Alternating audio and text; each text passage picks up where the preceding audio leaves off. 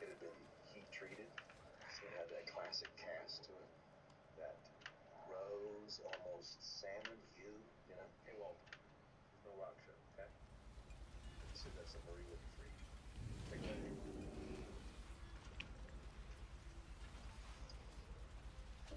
Think about one. Hank, where are we going?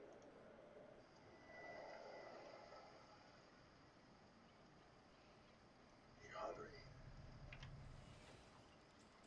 We're not here for the chicken. Kill the engine. All right. Ready for your mind to be blown? Sure. Gustavo Fring. Remember him? He came out of the hospital after the shooting. He played the unit. He sponsors the DEA fun run every year. Well, you met him. Yeah, the fun run guy. Yeah, the guy. Yeah. What about him? Well, I suspect. I can't prove it, mind you, but I suspect. The man's a drug dealer. Yeah, methamphetamine. I mean, honest to God, I really believe that this guy may be one of the biggest movers in the Southwest. Remember Gail Bedecker? That's the sand sack from the karaoke videotape? Yeah. And you said that he didn't strike you as being the boss man type, that probably there was a much bigger guy out there, right? Hank, that was just speculation. It doesn't matter. It made me keep at it. And guess what I find? Chicken Man's fingerprints at Bedecker's murder scene. So we bring him in. You think that Gustavo Fring killed Gail Bedecker? Oh, yeah, probably not. I mean, these guys use these, like a guns to pull the trigger, right? But his fingerprints being there was enough for us to bring him in. So you brought him into the police. Right. He sits down to talk with us. The problem is that what did you ask him? What did he say? Well, you let me finish my story here. Sorry, I'm just interested.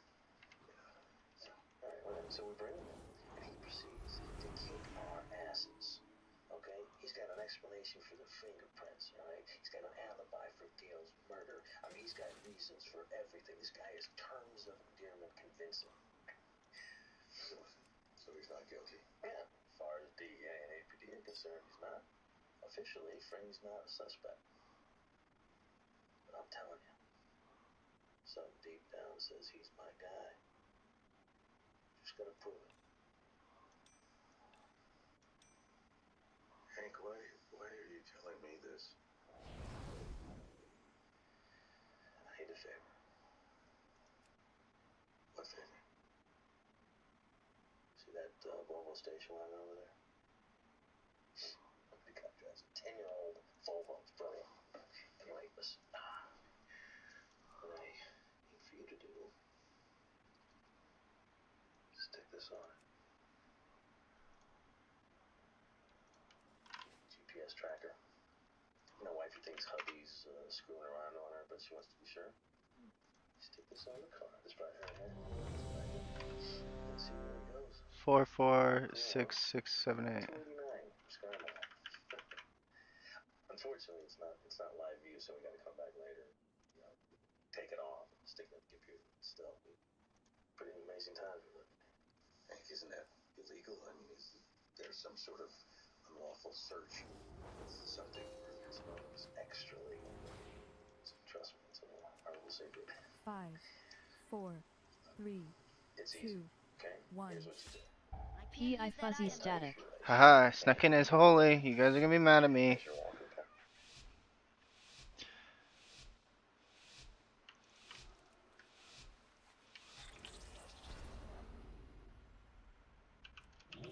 Still recharging.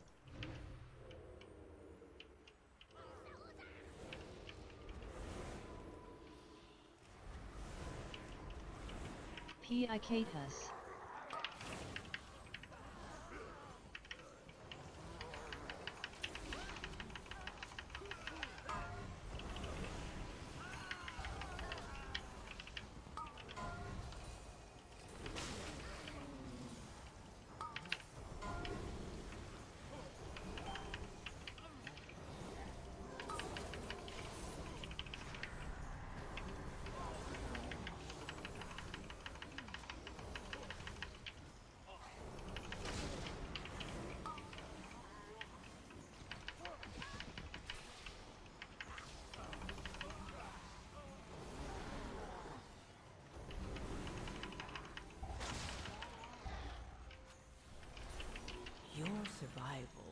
wasn't necessary.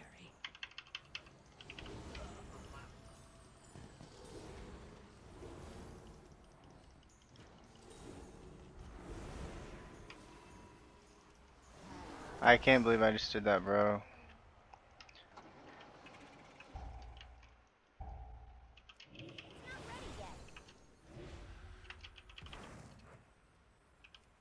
I need to get closer.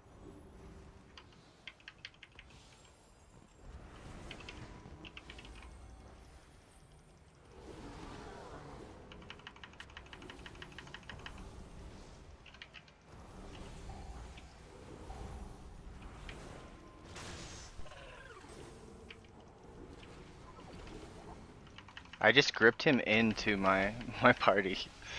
Like that was pretty bad. Can't use that item yet. Ah, damn it, and I rocket jumped.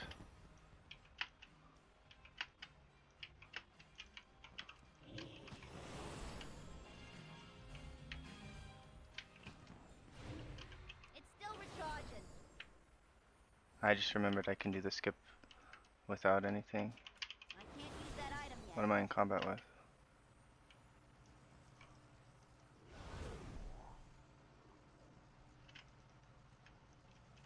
What am I in combat with? It's still recharging.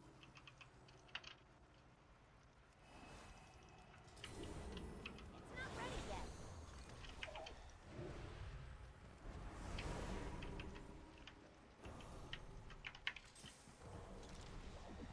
It's still recharging.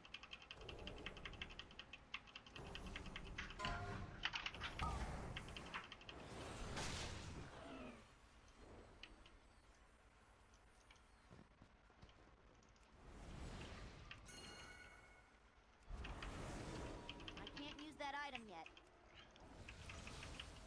Venture Company thanks you for your patronage. Please enjoy your purchase of the P.I. Twink Elite Topper. Pummeling Package.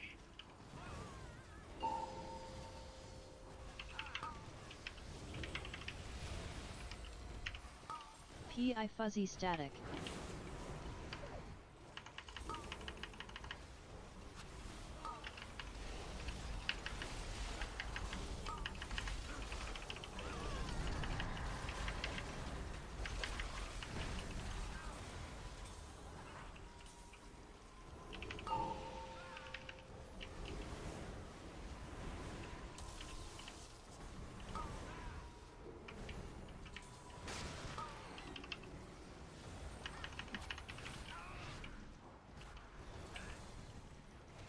Ah, come on, don't die! Your survival wasn't necessary. I don't think we're gonna time, dude. This is just going so bad.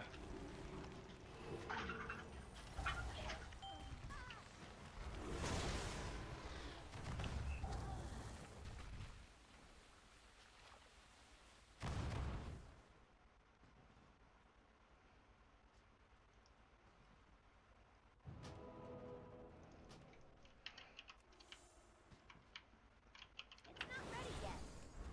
Okay, so he literally... it wasn't really my fault. He had 2 uppercuts cast on him. 3, 2, 1. Voltage increase.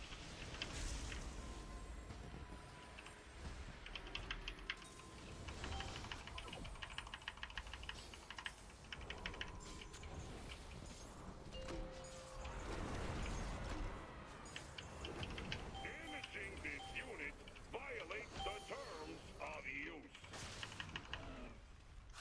Lethal force authorized.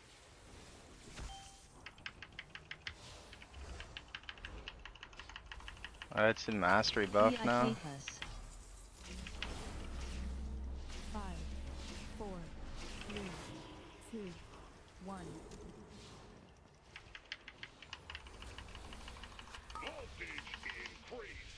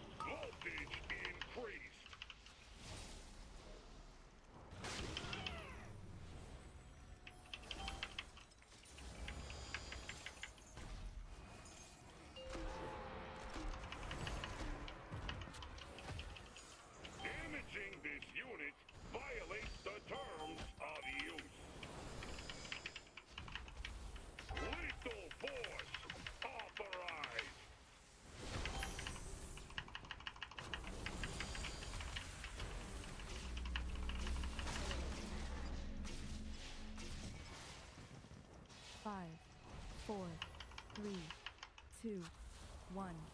Voltage increase.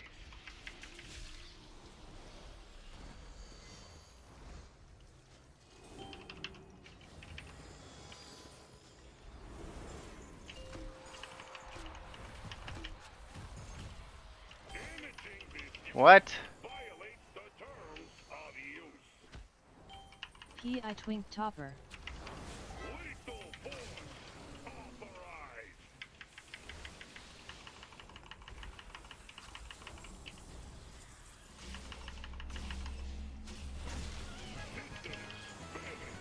Reporting release. What are we in combat with? Charging.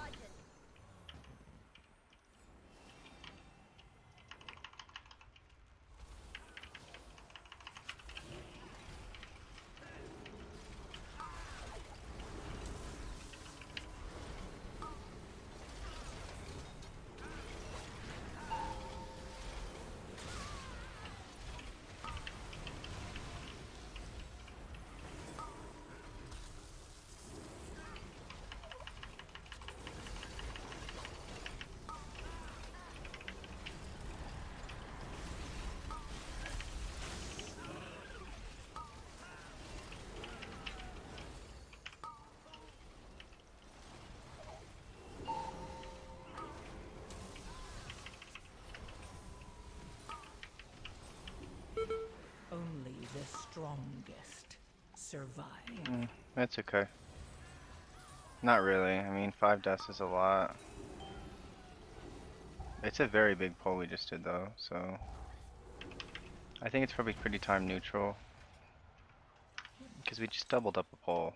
Like, that was a double pull.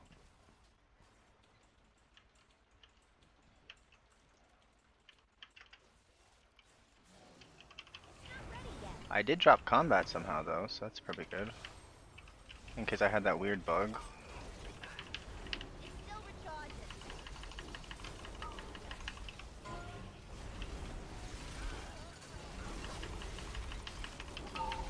P.I. Twink Topper.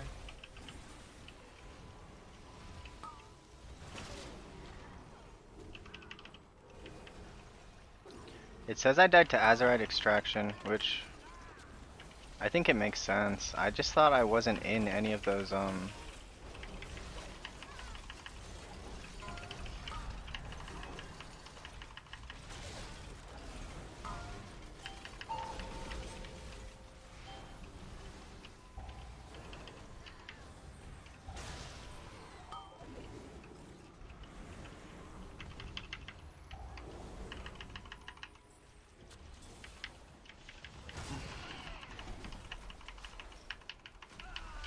can't use that item yet. I think our timer actually looks okay.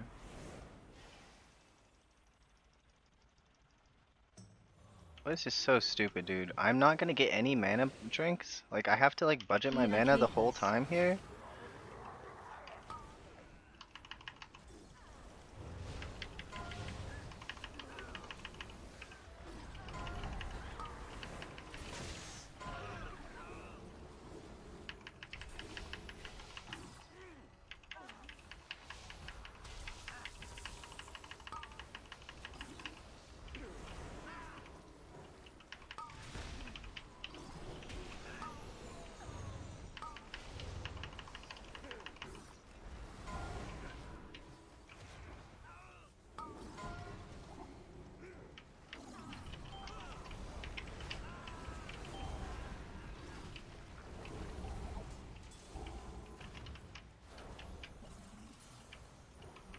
I really did not want to use Apotheosis.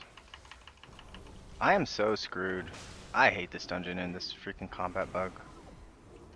It's still recharging. You trespass in my domain! Unleash your power! Like, I have to be extremely disciplined.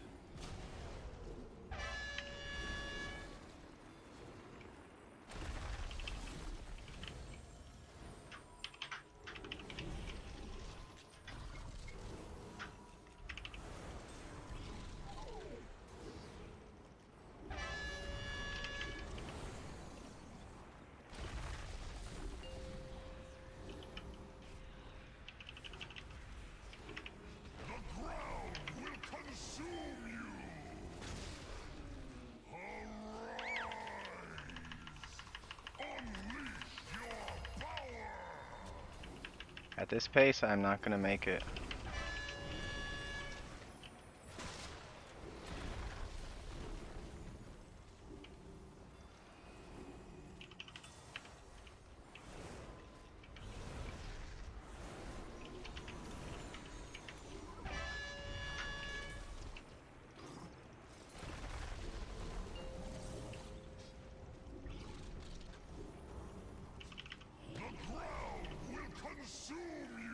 Picatus.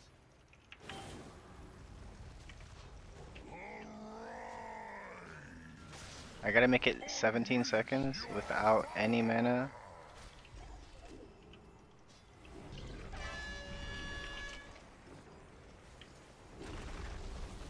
Oh, he got frontaled. That's not fair.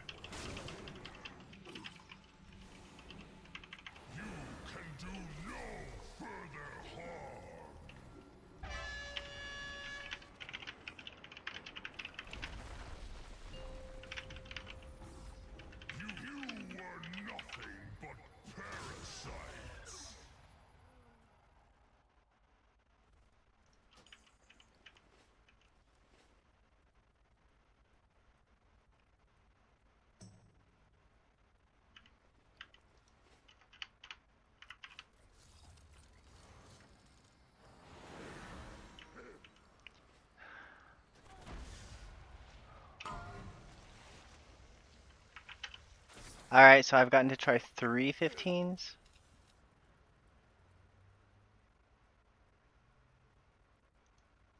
This guy has 3250 as the required rating to see this key. That's pretty crazy. I can't use that item yet.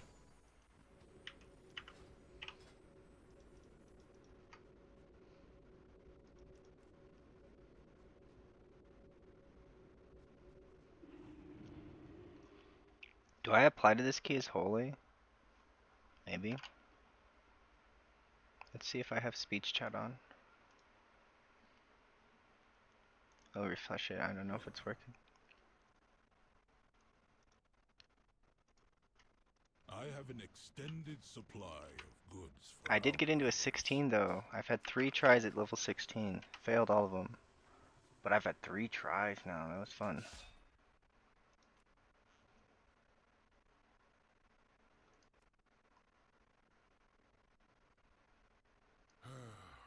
This is the group I was gonna join.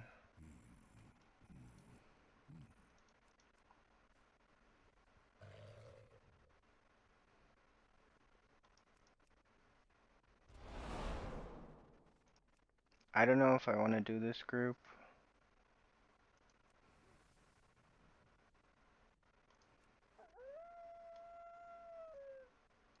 I might just do my own key again.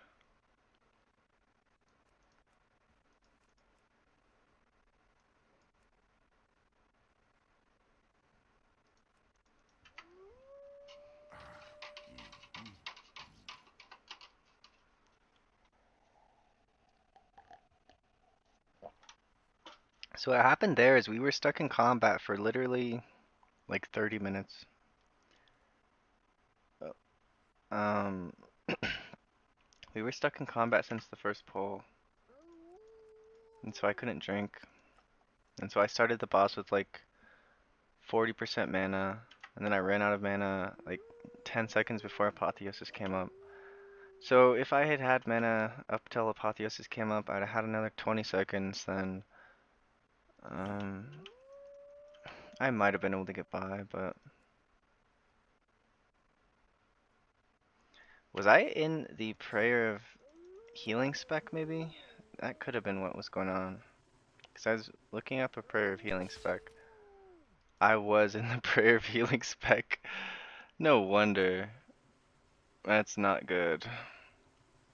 Yeah, I was missing... I didn't have Enlightenment. Okay. So I kind of screwed myself there.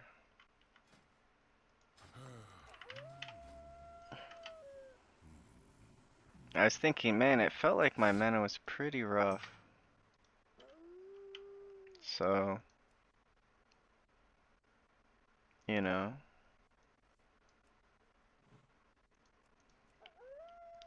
thing is, if I do this Priory 15 as Discipline,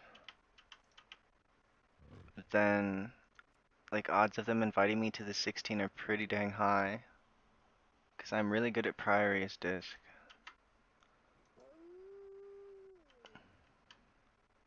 And getting 116 would be more valuable for me than, in terms of getting into groups than, you know,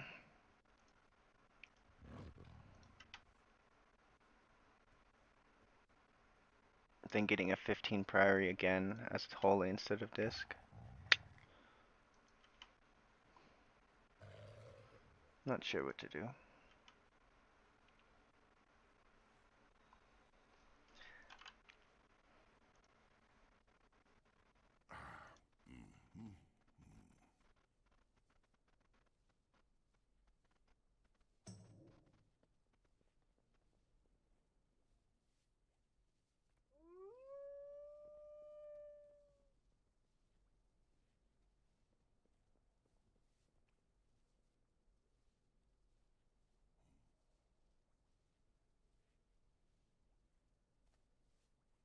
I have calibrated my prices to be reasonable.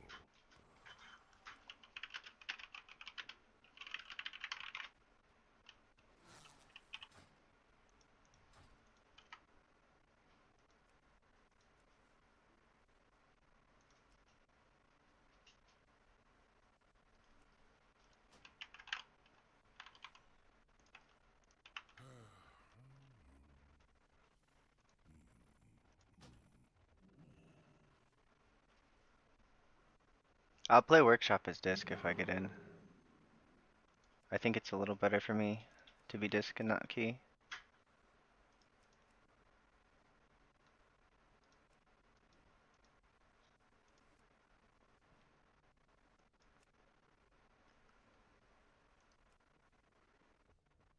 Like, I really want to join a 15 Priory if it's like resilient.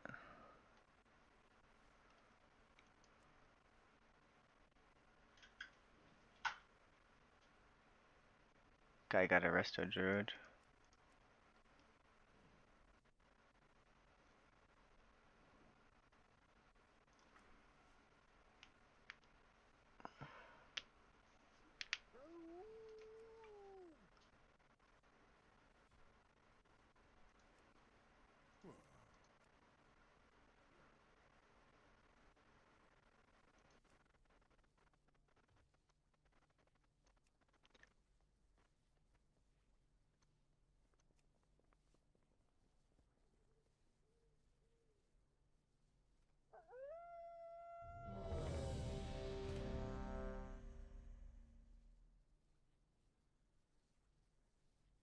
$32, $38, and I'm $32.93.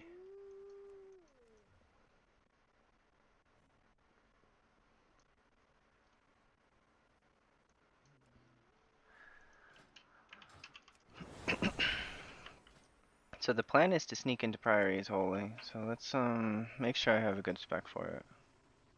Because being in that Prayer of Healing spec was not the key in that dungeon unless I knew it.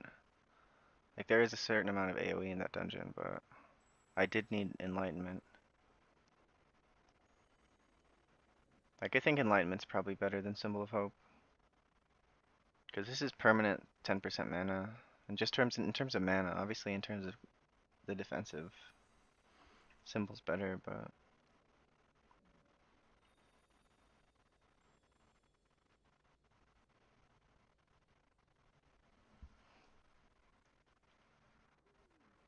I think this is a fine Priory spec.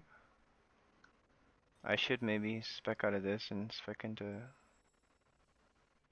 CDR on whatever it is.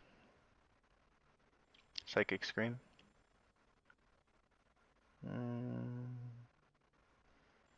Yeah, I don't know.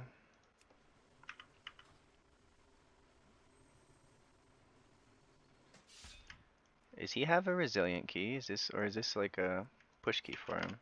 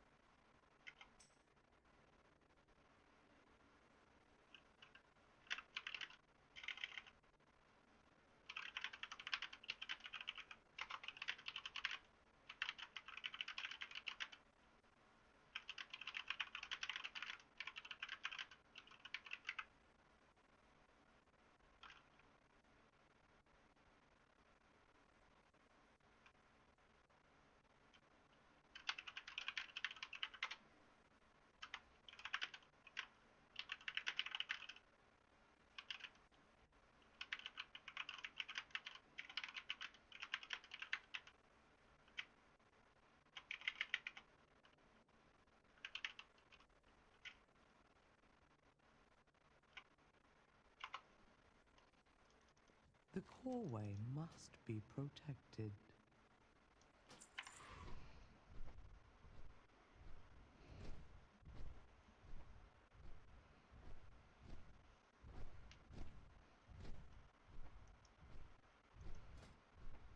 Cool, so I asked him if I could play Holy. He said he didn't really care, as long as he doesn't die. And I said, oh, okay, well, first few pull go bad or something, I'll play Holy, but with this comp, I think this is the new meta comp. What kind of shaman is this?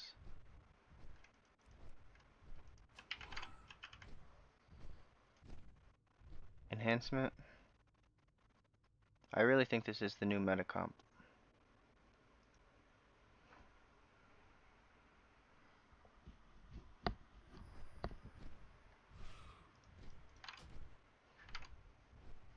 Cause shaman is just so much better at kicks than mage. Like it's like the best kick machine in the game.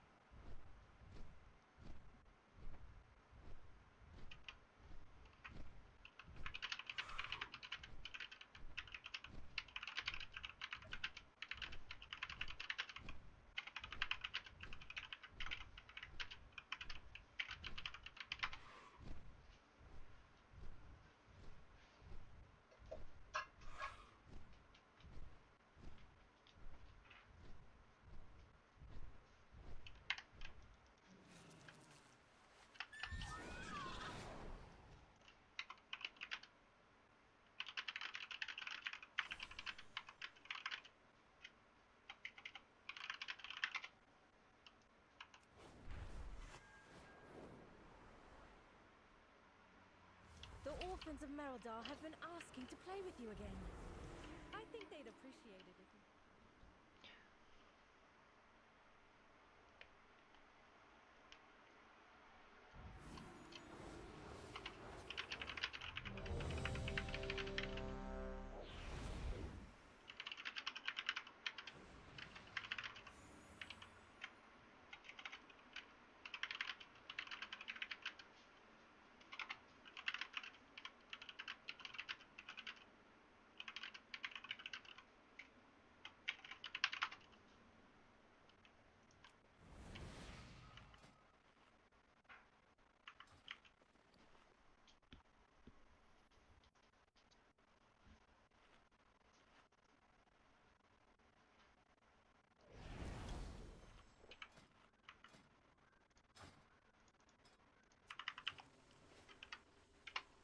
Mark Moon kick.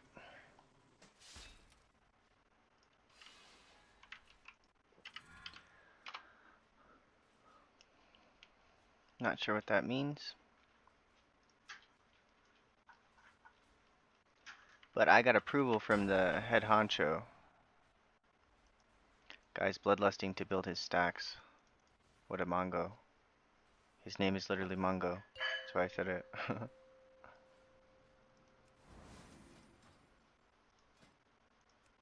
Oh, yeah, and I wanted to... 3, P.I. Mango. 1.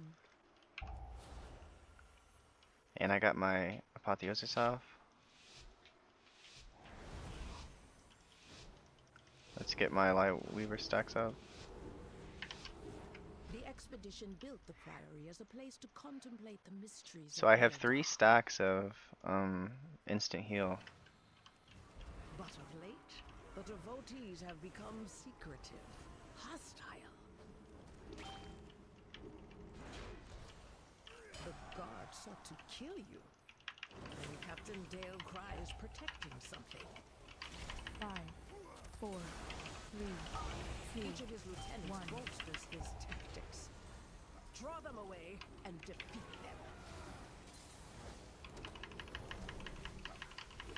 5, 4, 3, 2, 1. 5, 4, 3, 2, 1. 5, 4, 3, 2, 1.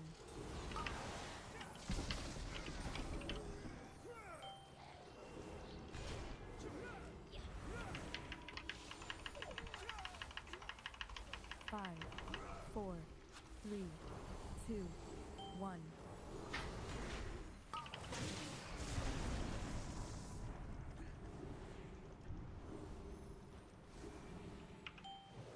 Alright, that went according to plan almost. I mean, I doubled up. I like to not overlap. Your training grounds fall to the intruders.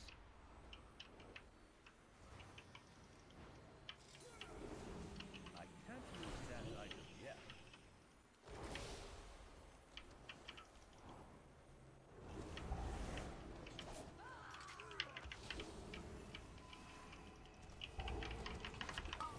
We killed that pack really fast. Did someone do a form swapper with me? I'm like a Draenei. I don't like being a Draenei.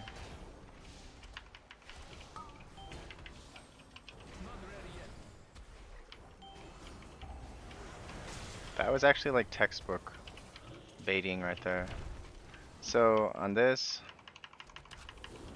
I thought I switched my UI to make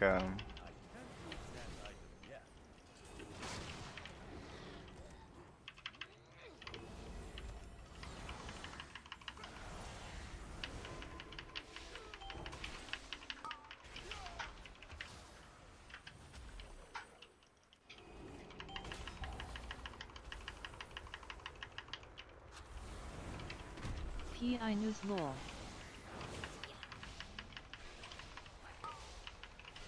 It's not ready yet.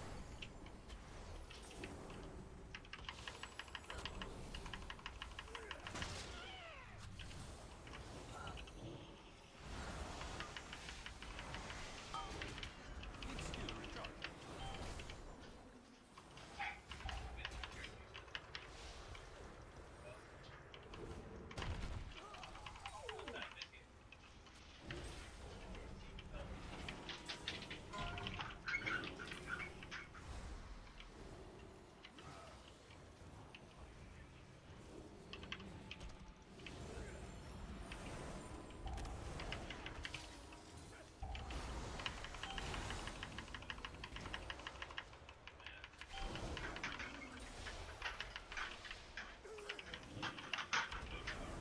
look at all these prayer of mendings I have out.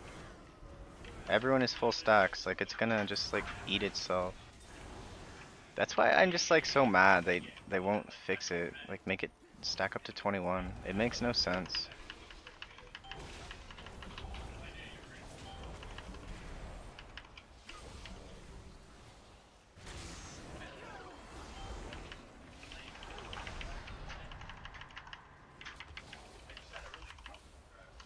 I can't drink anymore yet. So I have Apotheosis. I maybe should have used it.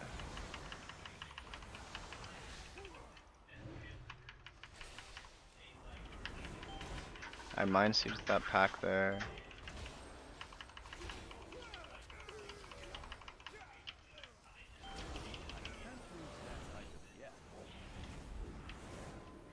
It's not ready yet. I don't even like the Draenei guy's voice. It's like a filthy scumbag voice.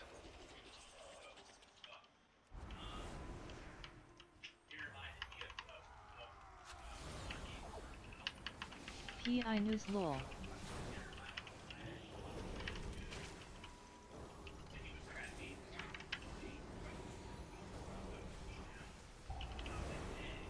Five, four, three, two, one.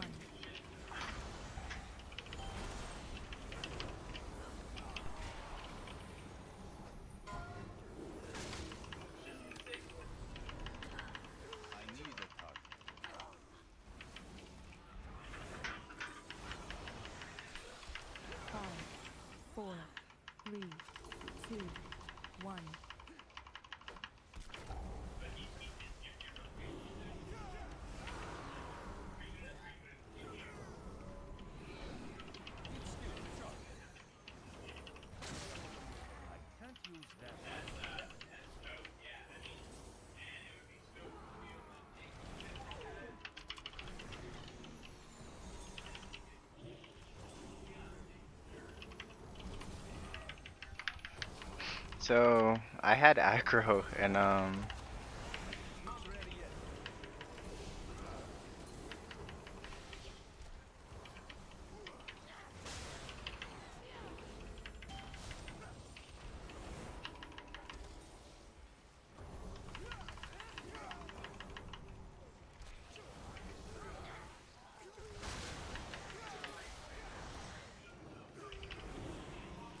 at 1.1 million. I felt like I wasn't doing that much damage.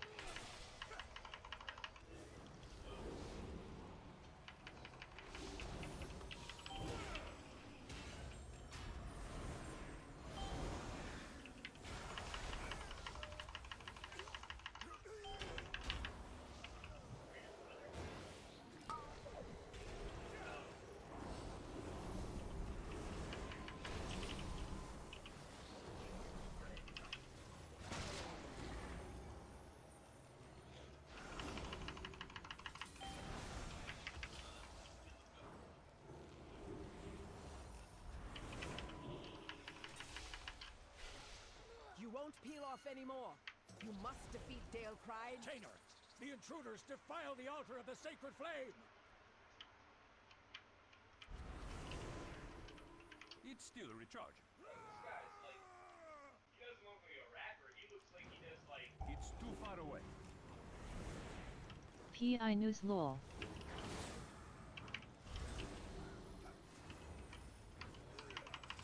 So I'm using my cooldown reduction on Holy Fire.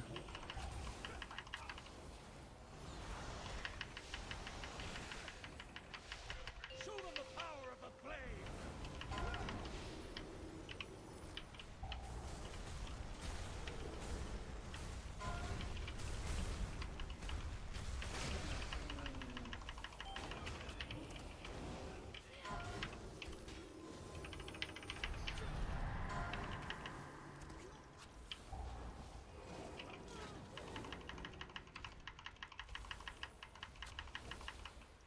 I used cooldown reduction on Holy Fire again there.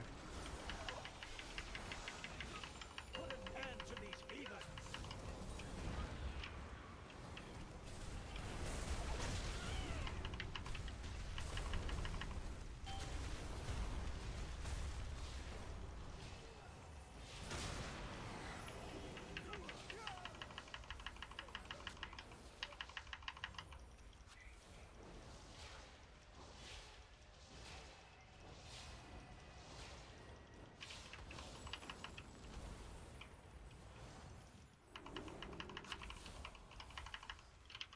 Show them the power of the flame!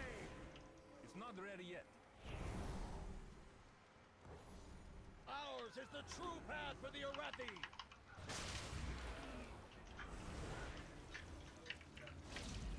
Five, four, My spear Three. aims true!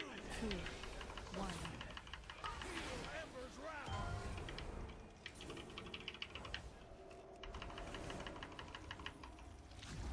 Five, four, three, two, one. Finish them off, Lieutenant!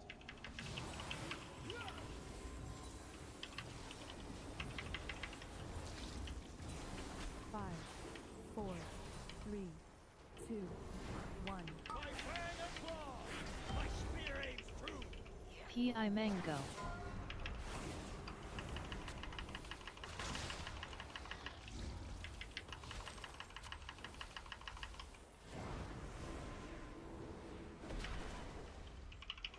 Five, four, three, two, one. Five, four, Show three, them the power of the two, flame! one. Feel Ember's wrath!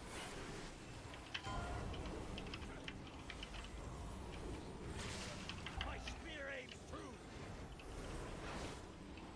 Wow, that lasted a really long time.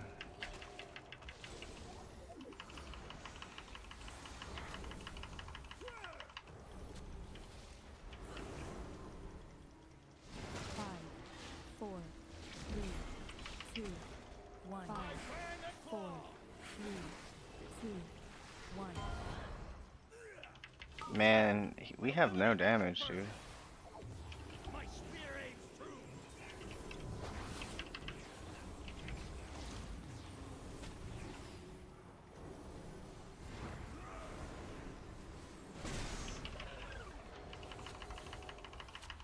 5, 4, 3, 2, 1. Feel Ember's wrath.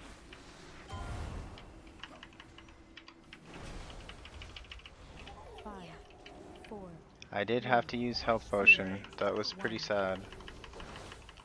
So I used health potion during that premonition.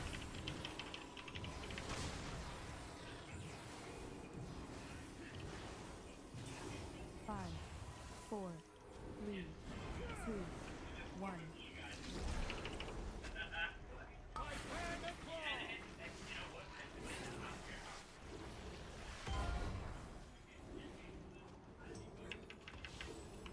My spear aims true. Ah, I used my... 4, 3, 2, 1. Finish them off, Lieutenant. Castoria 11. I just switched to Disc Oracle. Holy crap, does it feel easier? Yeah, it's gonna be a little more balanced next week, but it is better right now, for sure. I did this earlier today as Disc Oracle, and I didn't have to work nearly as hard. Like, I still had to work hard.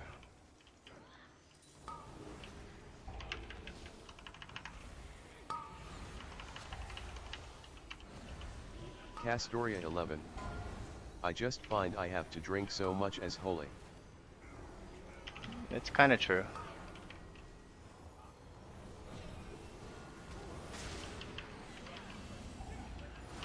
So I got through the first set of Divine Tolls without...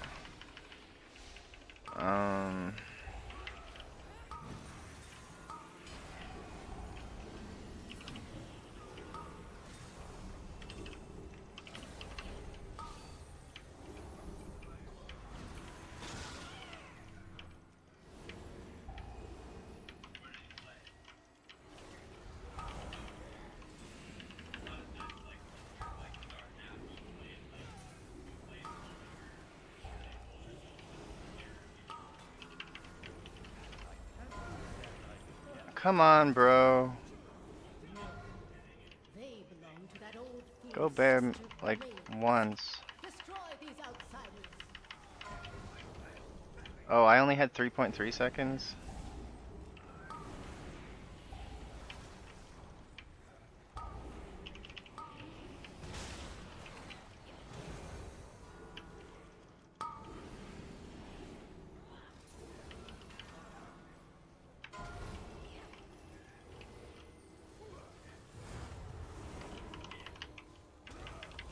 Castoria 11. Do you think Void Weaver will be strong next week?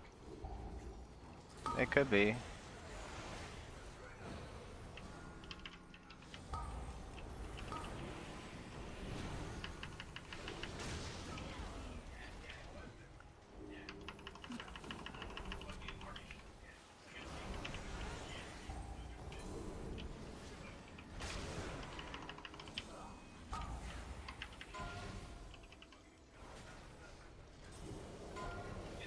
I think it's already pretty decent.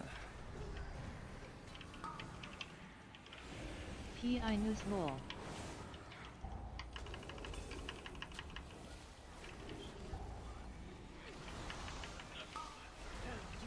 To the Empire has passed.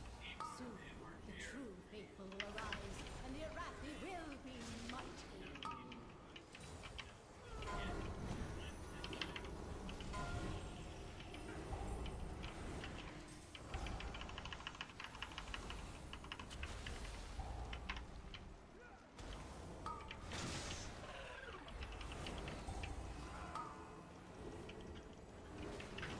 Only the strongest survive.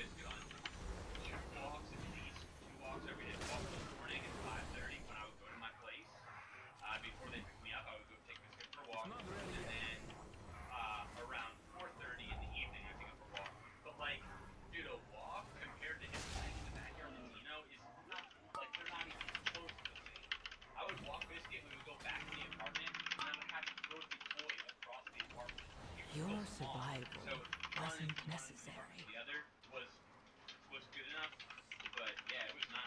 Yeah, Dino's literally just standing. No, but still.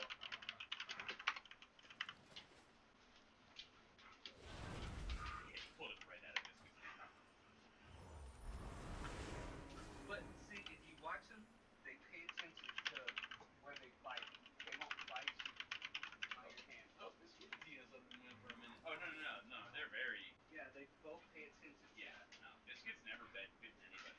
Yeah. Never bitten anybody or a dog. They'll let it go before they bite you. Yeah. That's The only thing he's ever done was him and Dino got in a pretty scary little fisticuffs. Playing with this thing, but it happened like it was like the second week I was here. They haven't done it since. Have it coming to Jesus. This kid. Quincy's like, Oh no. Oh, Quincy has somewhere there's a little small one. Quincy. oh yeah, Biscuit likes that one too. I'm leaving. I don't want to play with this guy anymore. He like threw a fit because the guy didn't pull all the paladins at once, which is kind of a standard thing to do if you're gonna save Bloodlust. I think they'd appreciate it if you visited them. It's pretty standard to pull everything, which we did not do.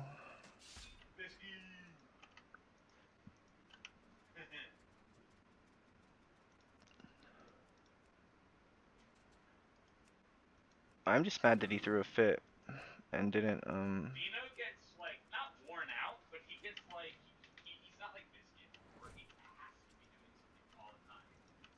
Yeah, really? All right, that makes me feel better.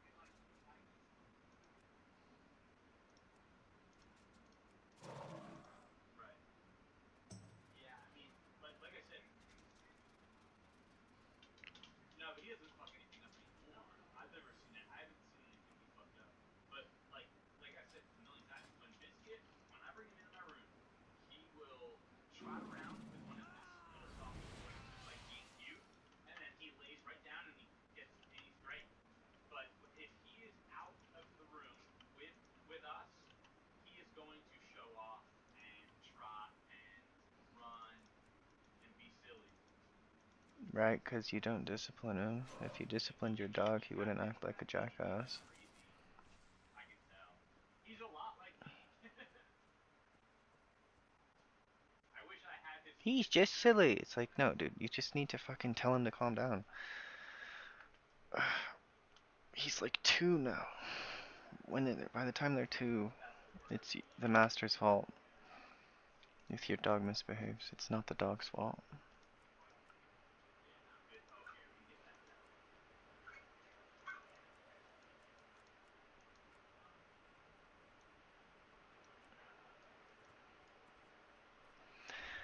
It's like saying a 4-year-old, oh, it's just the 4-year-old. It's like, no, you can control a 4-year-old. You can control a 6-year-old. It's more like a 6-year-old. Like, if your 6-year-old's misbehaving in kindergarten, it's not the 6-year-old's fault. It's your fault. You didn't set boundaries for them when they were a small baby, and now they don't understand what boundaries are because they're 6. Like, yeah, my roommate's just saying, oh, he's just so silly, talking to my boyfriend, and I'm like, yeah, it's okay. He'll get a little better when he gets a little older, but he's not just gonna get better like magic. Like, dogs don't just, like, calm down and Castoria 11. start behaving. LOL, I'm literally a kindergarten teacher. Yeah, I mean, that's just the way I see it. It's like, all of my siblings never had problems in school when we were little, and it's because, you know, we were disciplined. We were told, you act like this, you're going to sit in the corner, right? So, you know, you have to have that before you go to kindergarten, or the teacher's just screwed. Like, how are they supposed to control them? If they don't even listen to the parents' authority, then how are they supposed to listen to the teacher's authority?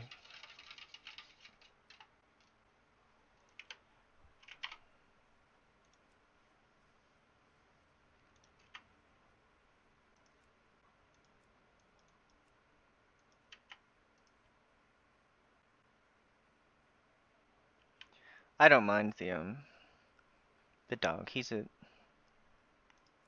He's just well behaved enough that I don't dislike him. You know? So, like, it could be worse. He's not like destroying stuff.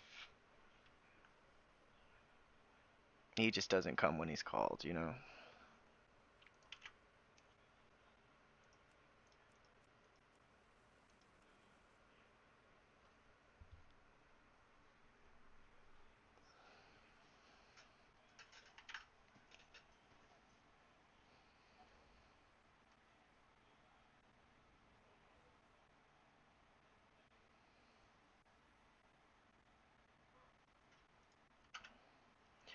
I think I'm gonna take 5 minutes and well, I'll apply to this mother load, but oh, so I looked at all the other holy priests on the only the rank 1 holy priest has higher disc rating than me. The ranks 4 through 8, none of them have like disc rating. So they've all just been one tricking holy.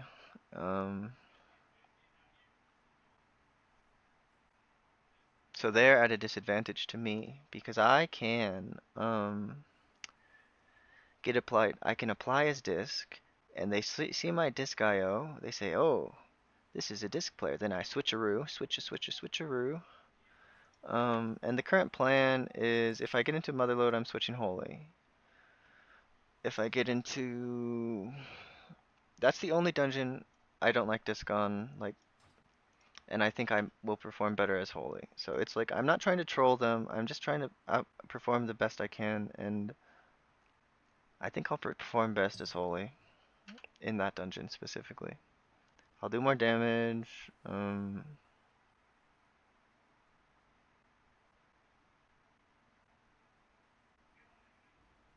This Shiftings guy, it was his key. It's a resilient 15, and he's doing 4.47 damage overall. I was wondering, I'm like, man, we are so freaking slow for having 0 deaths. Like, we were probably a minute and a half slower than I expected in a dungeon with 0 deaths. So,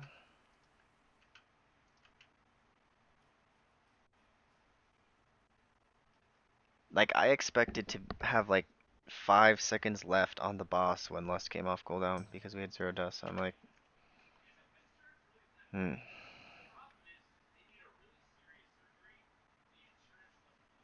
I wonder if he's still looking for people for his key.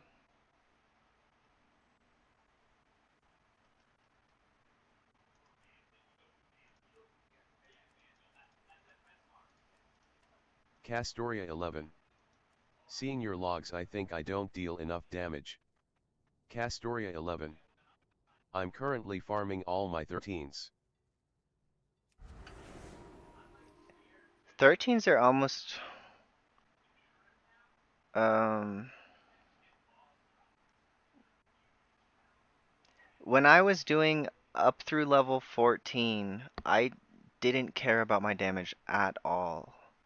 Like not one bit. But um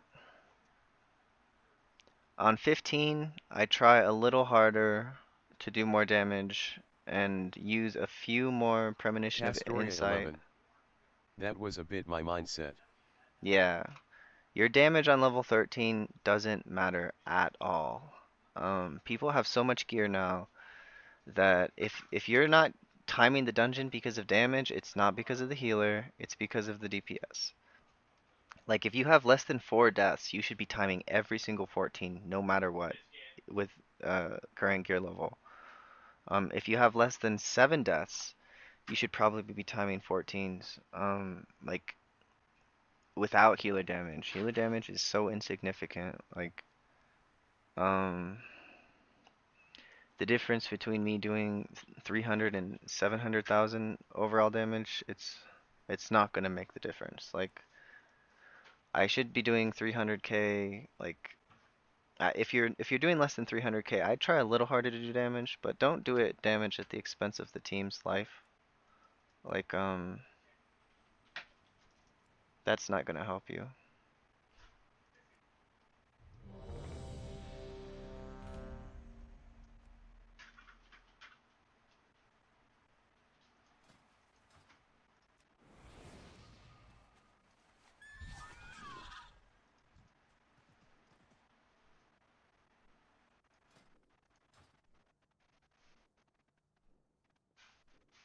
So I must have stepped on one of those like weird things. Turned me into like a Draenei.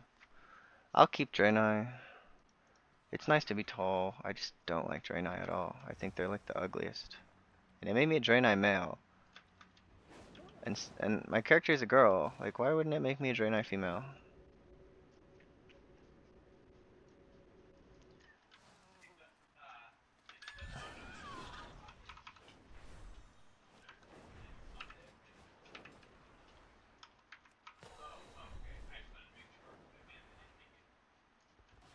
We are the seekers of light. Castoria 11. Yet I was thinking that at that level I'd rather have my team topped and focused on their rotation and spend a few less GCDS damage. Yeah. Like, there's some situations you can get people to 70% and then, like, heal them up slowly. But, I don't know, in level 13, I'm just like, heal, heal, heal, heal, heal, heal, heal, heal, heal. And even on 15, I think, yeah, I think you can do 15s without any healer damage. Like, it's 16, 17, 18, where healer damage starts to become more important. But, like, it kind of depends. If you're playing super safely, like your tank is pulling really small, then um, try harder to do damage and try harder to use your premonition of insight on holy fire to do more damage. But if your tank is pulling like really big, like you're doing triple pulls or double pulls, then it's more important to do.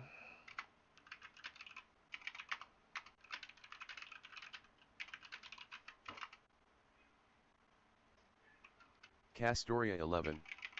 I play Archon.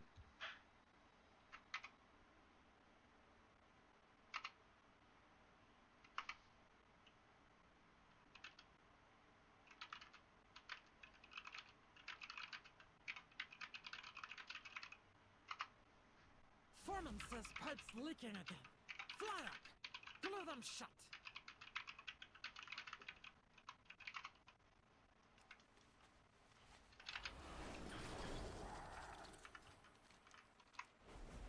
I gotta play disc in this key, I think.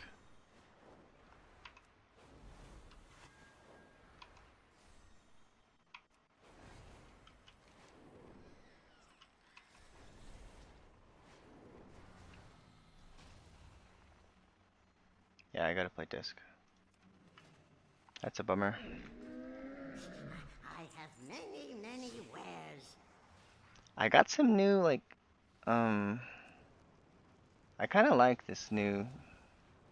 Yeah, this is the backpack I wanted to use. I got a new red backpack, so I was pretty happy about that. I thought it was pretty cool.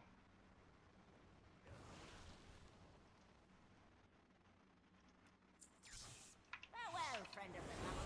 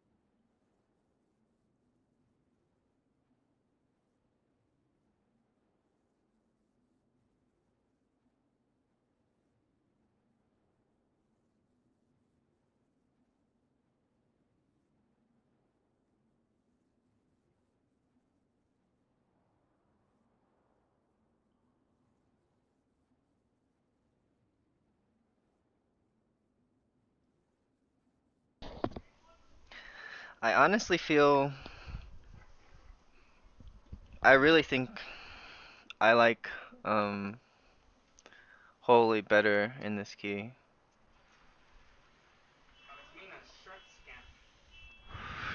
Shrimp scampi would be lovely, baby. I would love shrimp scampi. Thank you.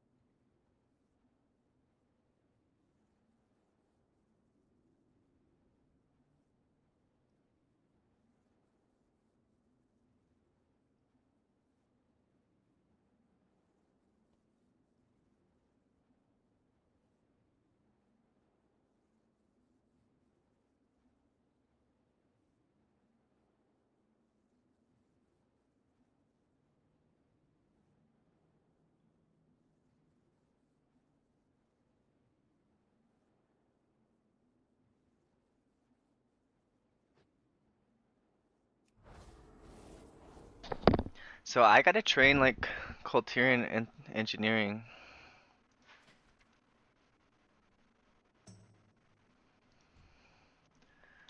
Like somebody told me today that um is he online? He can tell me what it's called. I'll message him.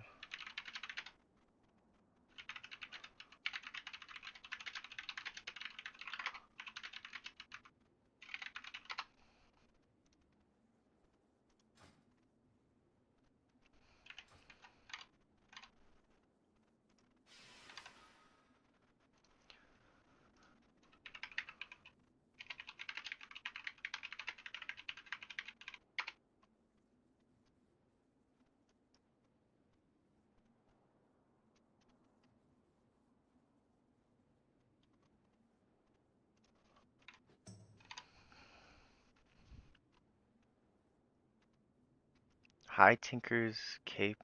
No, that's not it.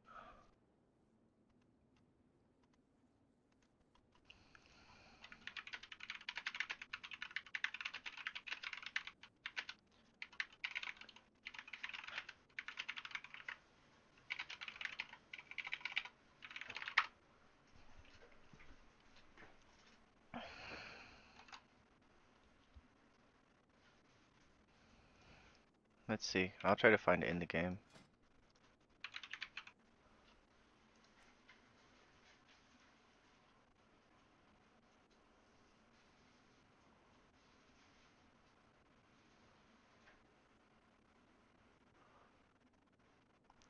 Frighten a dead ally with threat of electric shock, restoring them to life.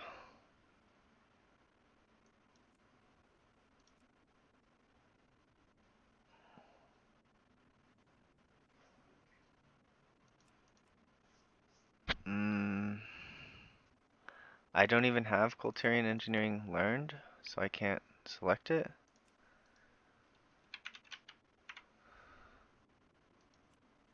Colterian, or it's called Kaz Algar. No.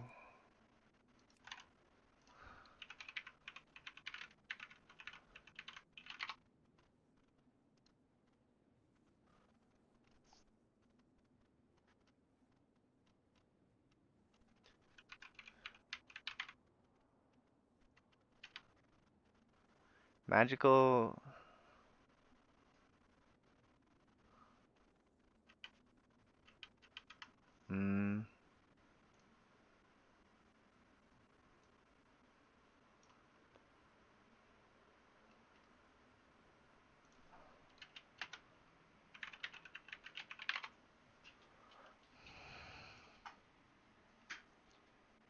Oh, it's actually Battle for Azeroth?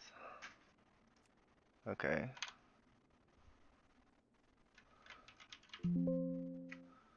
Alright.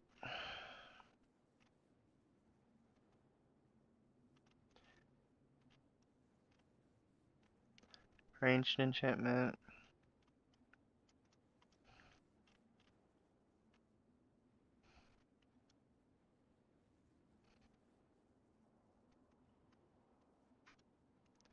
Discrete spell thread.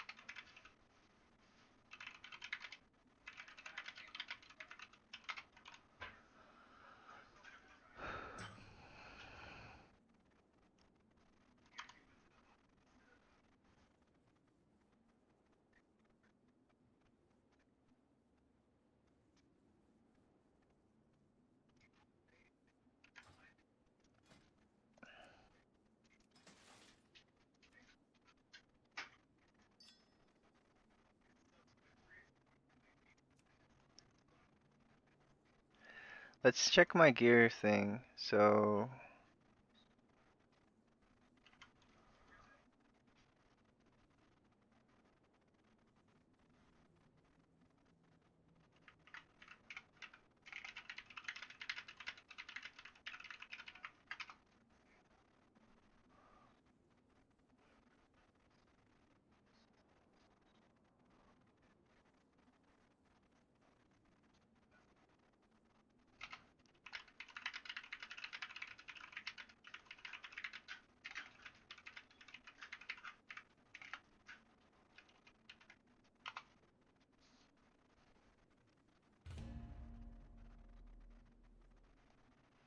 yeah, so I gotta do this key as disc. Sorry guys, we'll play disc this time, but it's a 16. 16 is big IO. It'll get me above 3k, cause I'm like what, 2997 or 3293. So any time in this dungeon will get me 3k or 3.3.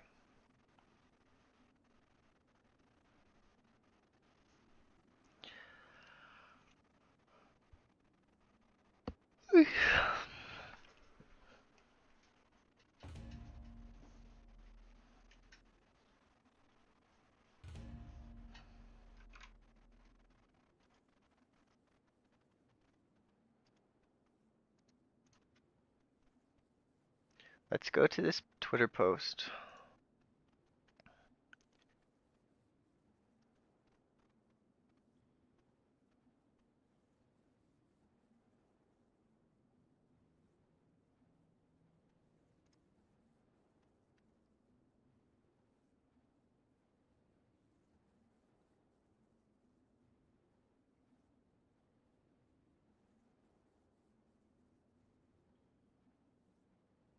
I think it counts as a cloak enchant. Only the tailor's cloak can be embroidered. Should I go back to tailoring? Like I would maybe consider it. Oh, I am a tailor.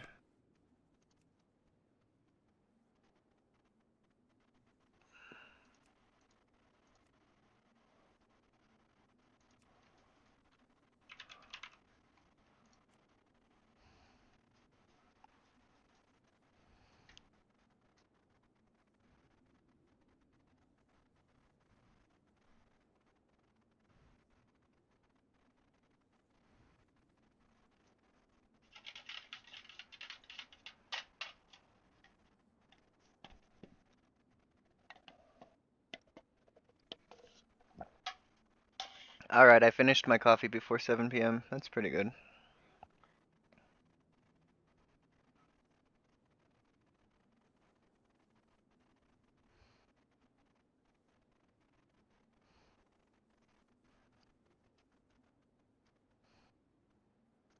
Oh, it's my death too. Fireball, Consecration. So I was too close to melee, but the fireball 0.8 seconds before Sacred Toll. When Sacred Toll was 3.7 seconds apart. If I had 0.3 more seconds to heal, I'd have lived.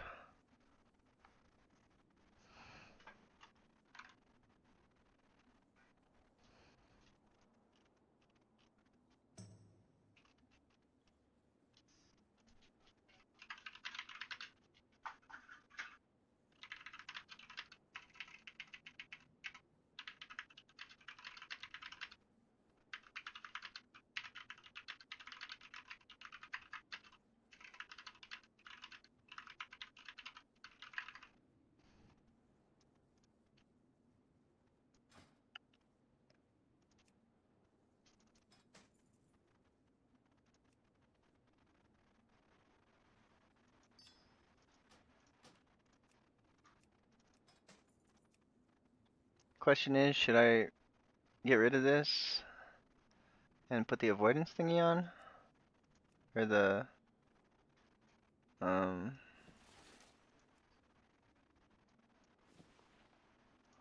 oh, this is literally the wrong enchant. It's 355 avoidance, and I think the other one is like 1,000. I gotta fix that.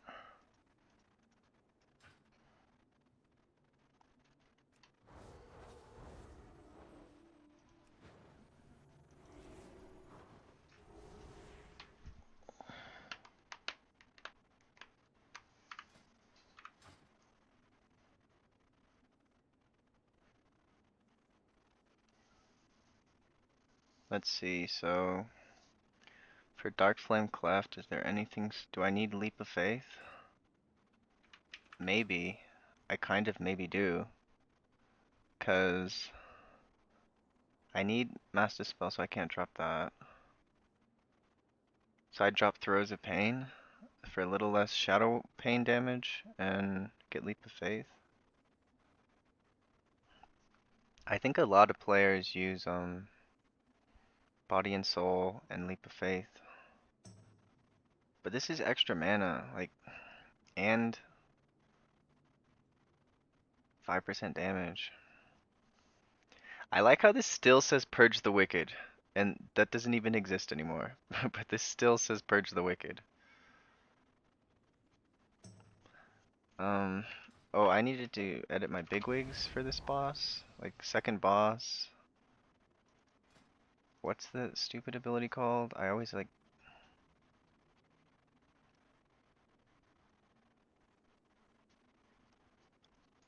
Gotta go to spells instead of abilities. It's called Dousing Breath.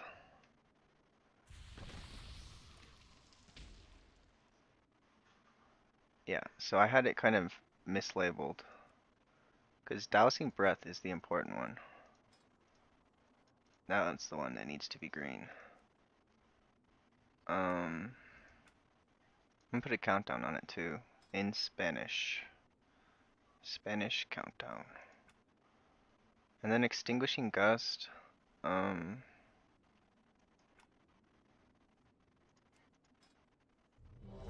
make orange. Because it is important, but it's not like that important.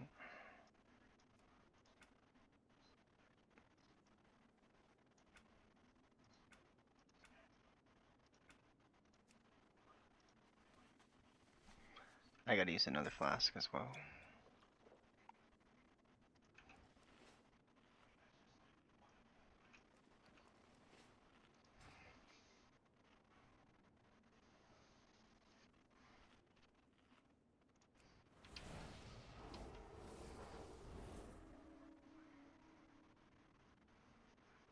Who, you know who else is cringed, he says?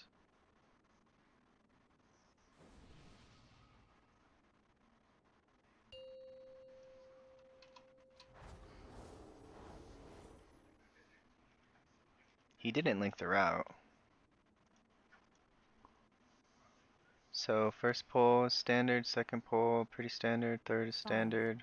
5, 4, 3, 2, 1.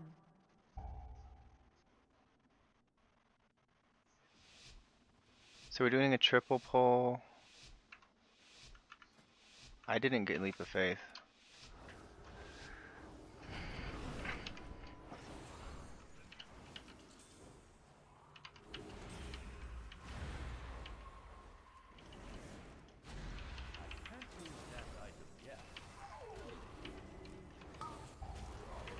PIRIs.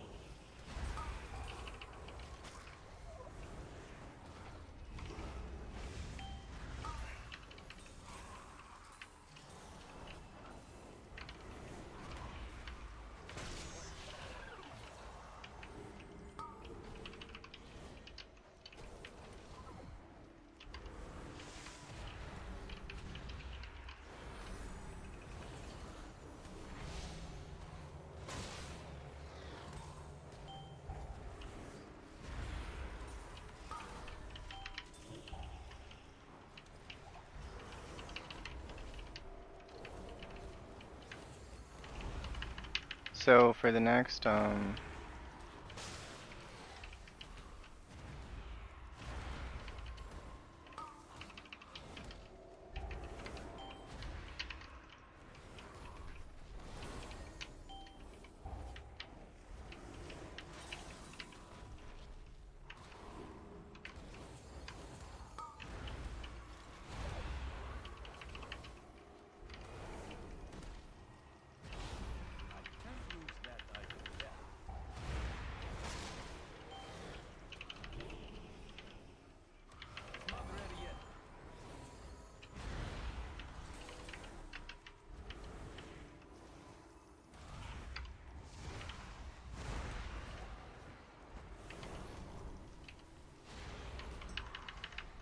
okay, so I'm considering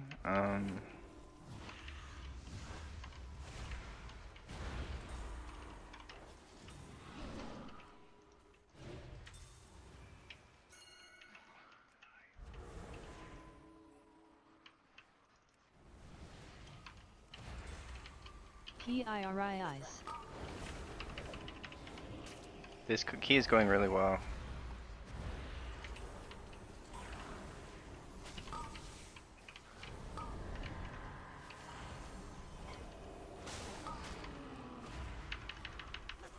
My chair is shrinking.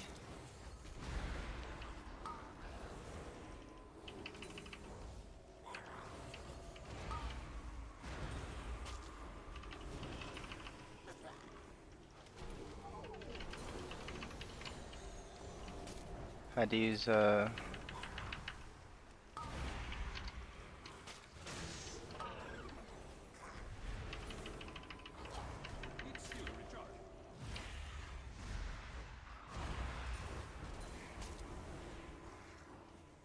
I have like massive premonition ready to go.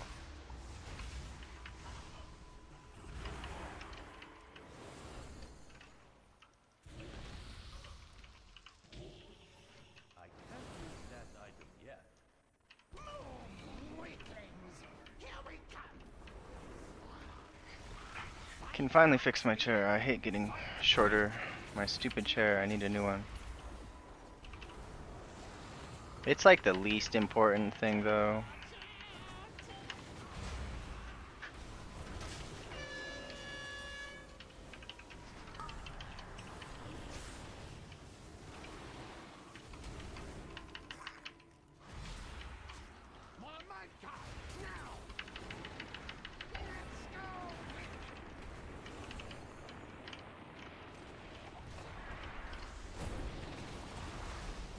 But I tried to put him in the wall. I started moving too soon.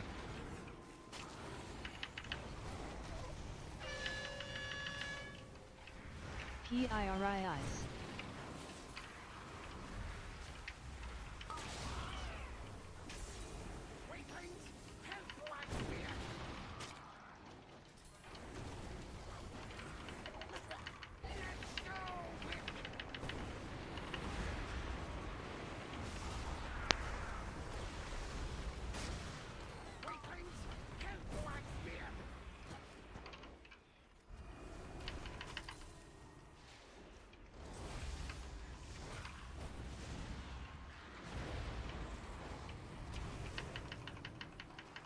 I'm shrinking again. Stupid chair.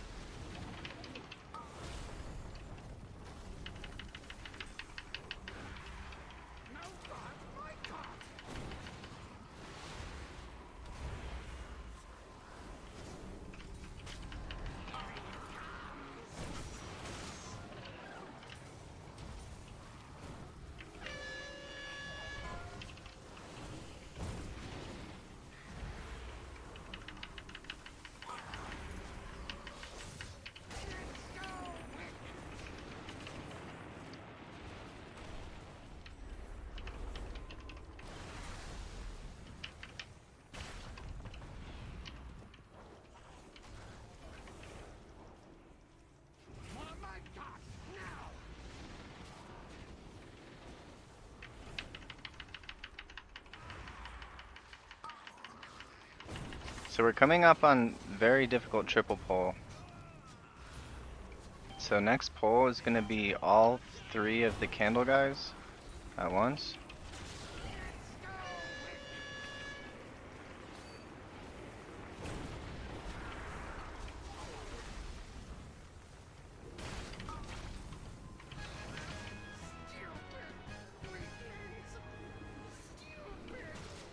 So I'm gonna try to get one more power word shield off before this, before the drink. So I'm gonna drink a little So don't trust nobody. and jump down.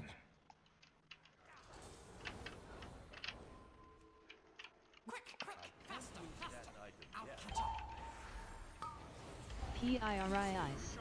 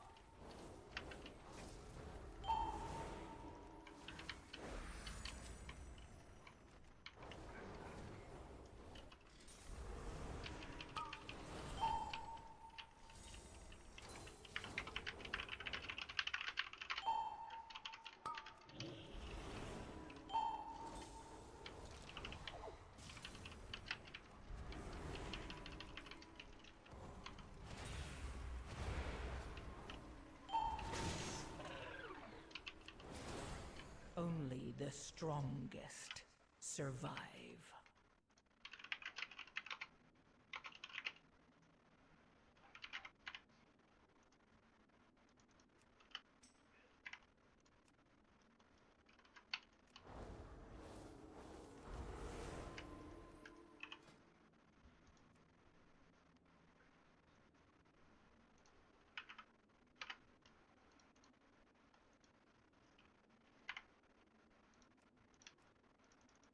Dang, dude, we were...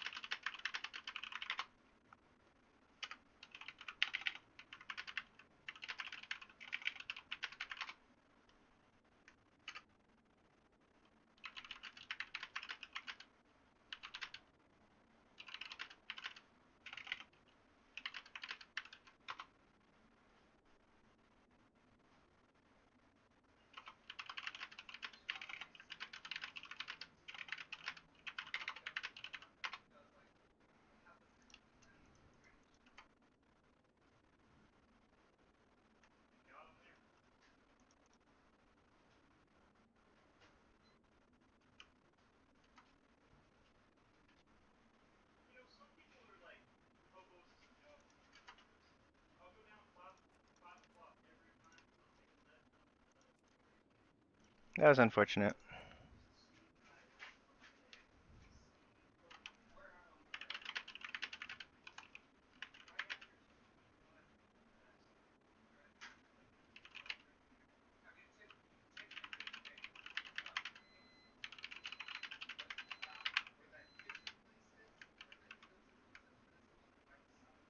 Nice try.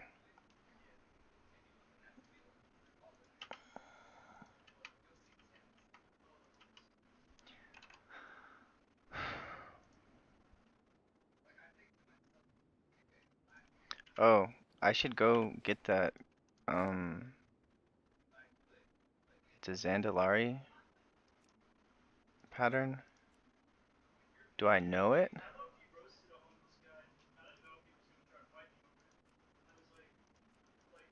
So I do know it. I just need to test if it overwrites an enchant.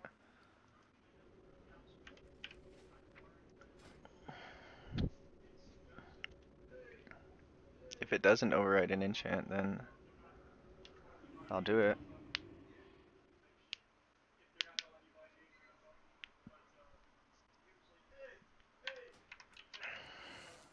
I can't use that item yet.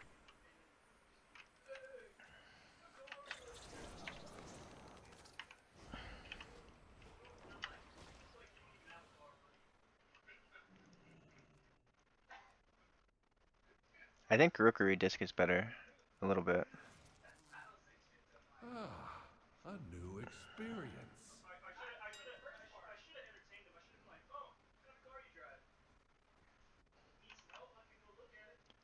Nylon thread. I just need 10.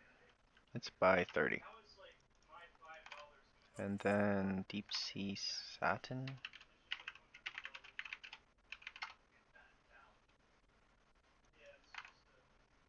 Let's buy, how much do I have? 24. And then Tide spray linen.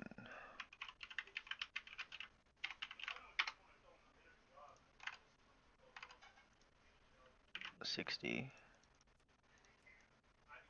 Return. Ready yet.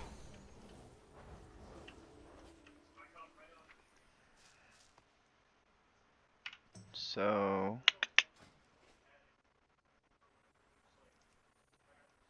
does it overwrite my enchant?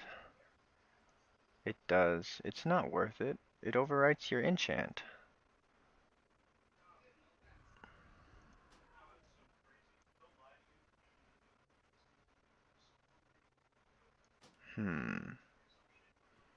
That's stupid.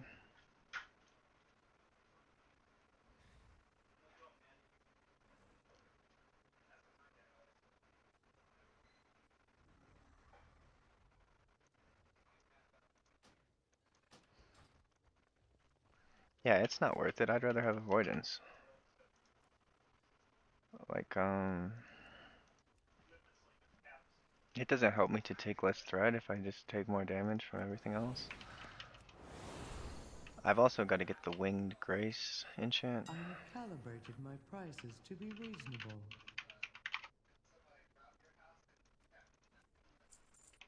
My It's still recharging. It's only 2500 right now. That's actually pretty good. I should maybe like stock up on it.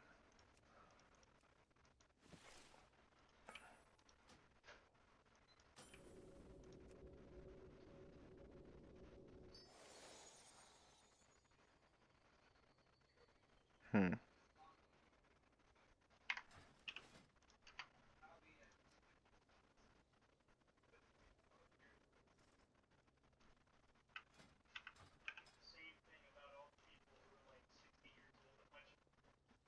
Where's Lalpaca?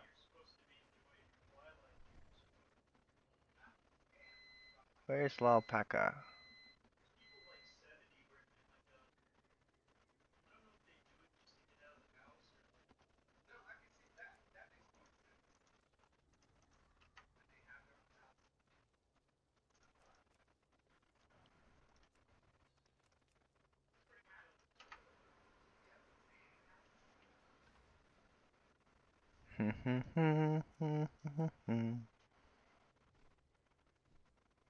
Fading GGZ.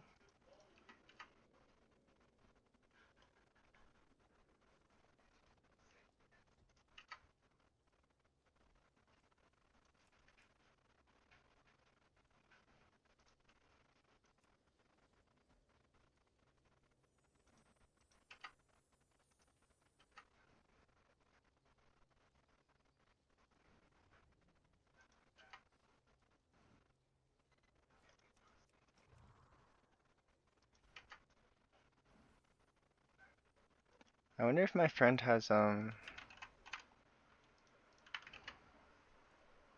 resilient 15s. Yeah, he does. And he's got two 16s. Rookery and Motherlode. Poor guy, he needed that 16 Dark Flame.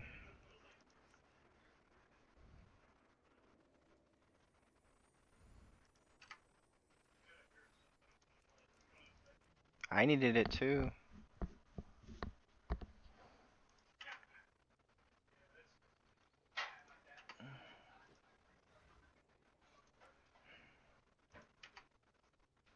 Alright, so I've had 4 tries at 16, failed them all. That's not ideal.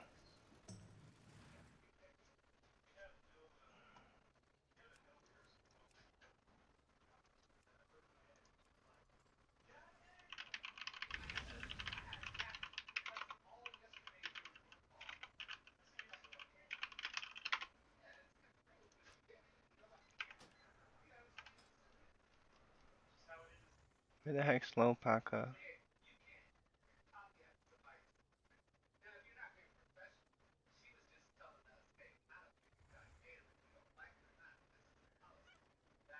Is she like showing off line or something?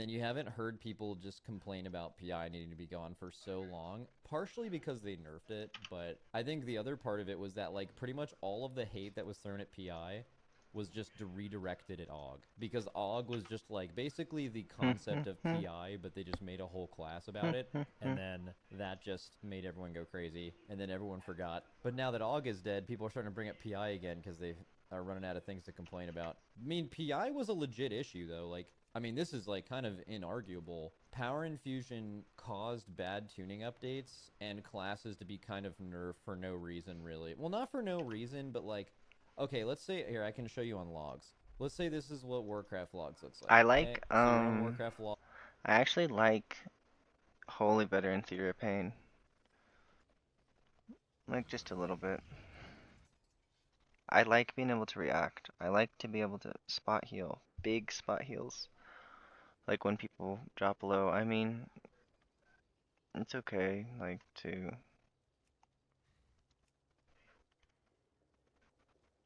do that, but to, like, shield people before damage, but I like the spot healing more, you know?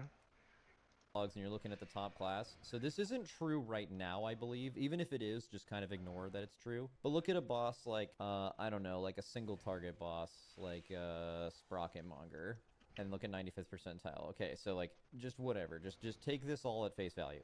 All right, so let's just say like Marksman Hunter was the best single target in the game, like Demo was, and like Unholy DK was. And then imagine that Marksman was like only really at the top. Like basically it was like 1% better than whatever the next thing was, maybe less. And it got PI to make it a little bit better. And then they would nerf the class mostly due to PI. And then they would lose PI and get nerfed at the same time. And they would go from 1 all the way to like the bottom.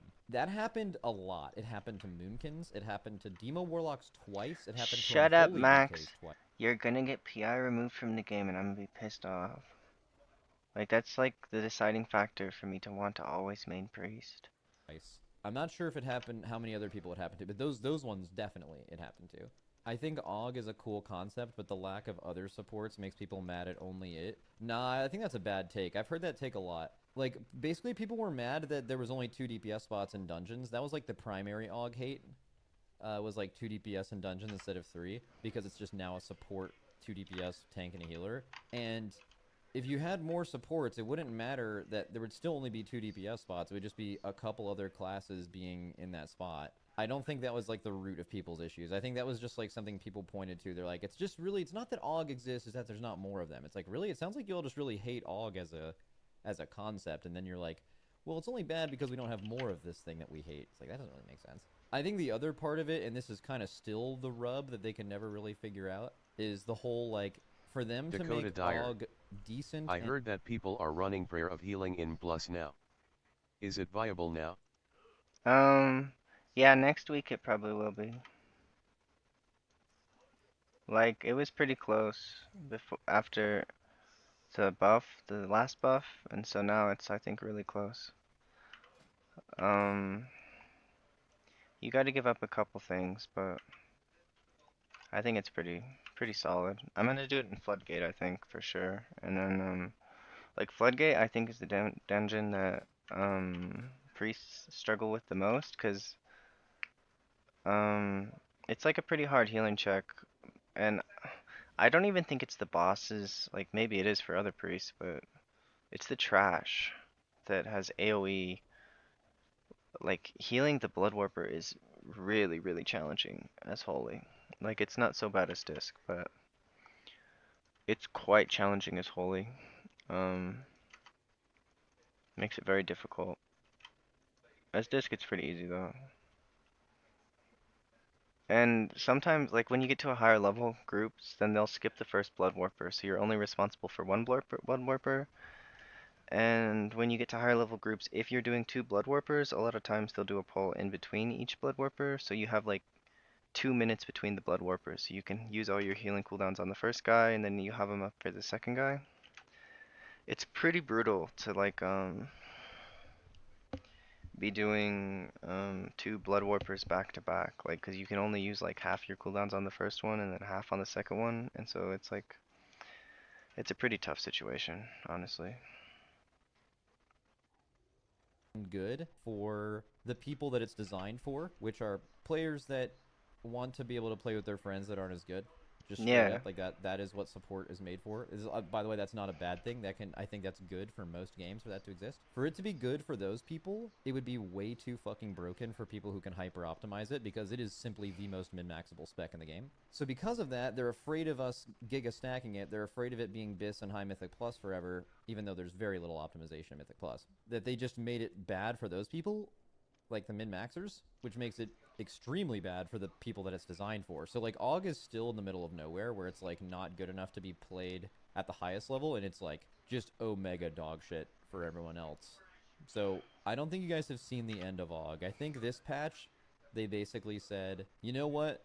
AUG's been out for a year and a half, and it's been the best spec in Raid, literally the single most important spec in Raid for that entire time, and it has been required in Mythic Plus in every single season since it's come out. And I think they just said, you know what? I think we can do a season without AUG being good. Like, intentionally. They didn't try to tune. Oh, whoops. PI needs to be removed. Class that is easier, has a cheat death, will not be playing them. Like, you could apply that to basically this entire list, but let's just apply it to simply mage, right? So if you're a banger mage player, Oh, we gotta in the game, go except back. for mages probably, where like you have a patch where you're bad. So I don't think that's the end of the world, but I don't think it's gonna stay like that forever. Like AUG is not gonna be like that forever. So we'll have to wait and see. Wow, I didn't fully grasp how bad single target tuning was until I saw this chart. Oh, this isn't. I mean, this is historically pretty normal. So there's a weird thing about when you look at like high percentile statistics on classes, especially ones with multiple DPS specs, is that in general, the higher classes, the classes that are doing really well, are going to naturally overperform because the best players will be playing them, and the lower ones will underperform because the best players will not be playing them. Like, you could apply that to basically this entire list, but let's just apply it to simply mage, right? So if you're a banger mage player, what is the chance that you're just ripping Arcane in Mythic Raid right now? It's extremely low. Arcane is harder, and it is less tanky and does less damage. Why on earth would you not play the class that is easier, has a cheat death, and also has a better profile for like all the hard bosses in this raid? All right, so you wouldn't do that. So naturally, when you're looking at the 95th percentile of Arcane Mage, it is, if the same players that were playing Fire were playing Arcane, just for the sake of argument, Arcane would just be simply higher than it is right here, you know? So like, so that's just like how a percentile list is going. So maybe I'll play this Motherload 15. It's a good group. I'd like to practice it one more time as discs, just so I can do it. But, do I want to do this key?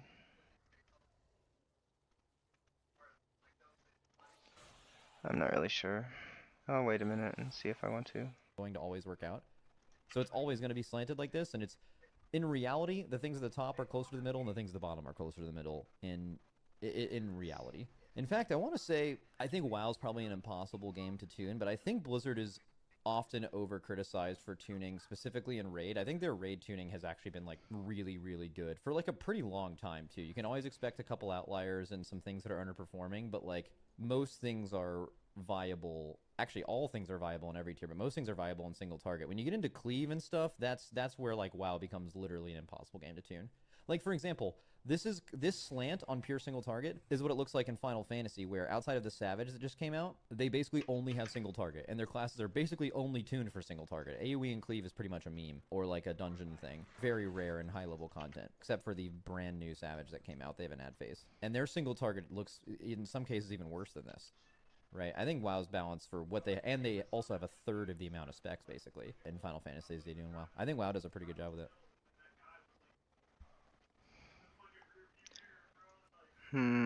Okay. Let's see what Mad Skills has to say about the Oracle changes. Changes happening to healers that's going to impact the meta, that's going to impact your performance in Raid and Mythic Plus. So let's go and get started. And the first healer we're going to... Let's be honest, dude. They're not that massive of changes.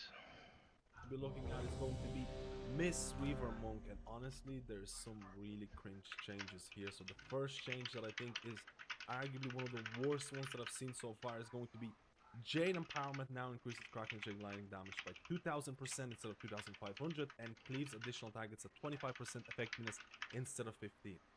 I don't think Miss Weaver Monks needed this change at all. And you can see this graph right now. This is from the Monk Discord. Go check them out, ask some questions and all those things. This is basically indicating how the Crackling Jade Lightning Jade Empowerment change is going to impact you depending on the number of targets you're hitting. So basically, this is going to be a nerf when it comes to smaller number of mobs, which in my eyes was absolutely not needed, especially when you look at something like Mythic Plus content where you're facing bosses. So for example, doing the Candle King in Cleft, and then you have this mechanic where you have to get out of melee range.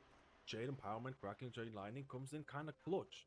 And the fact that Blizzard is nerfing this on smaller number of targets, again, I think this is very, very poor decision making from Blizzard in my opinion. But I don't think the sky is falling. You know why? Because Blizzard tends to change these things if the community outroar is big enough. So share this video or any video that is made about Mistweaver Monk changes, because I am hoping.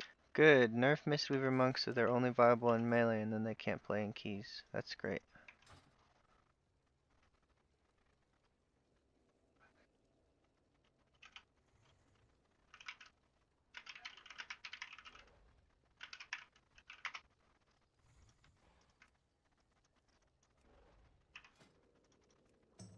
Hopeful that this change is going to get reverted because it was absolutely not needed. And outside of that, Shannon's gift healing is increased by 15%, which is fine. Nothing really groundbreaking. Rushing Wind Kick increases renewing mist healing by 200% instead of 150%, which is basically a buff to a build that is utilizing Rushing Wind Kick, which is primarily the raiding Yulon build, which if we look at the raid healing build representation right now, and this is for the mythic version of the raid, and for the first boss, you'll see a lot of Mistweavers are running that Jade Fire Stomp, GG, Jade Empowerment build. For Coljon, it's a little bit of a mixture. For Rick Reverb, a lot of people are running that Yulon build because, again, the intermission phases, you'll see Styx is being dominated by that GG build. You'll see Lock and Stock being a bit of both, again, depending on what your guild needs. One Arm Bandit, a bit of both, and for the last two bosses in terms of Mugsy and Chrome King Gallywix, you'll see that primarily most of the Mistweavers are going to be running that GG build with Jade Empowerment, with Jade Fire Stomp,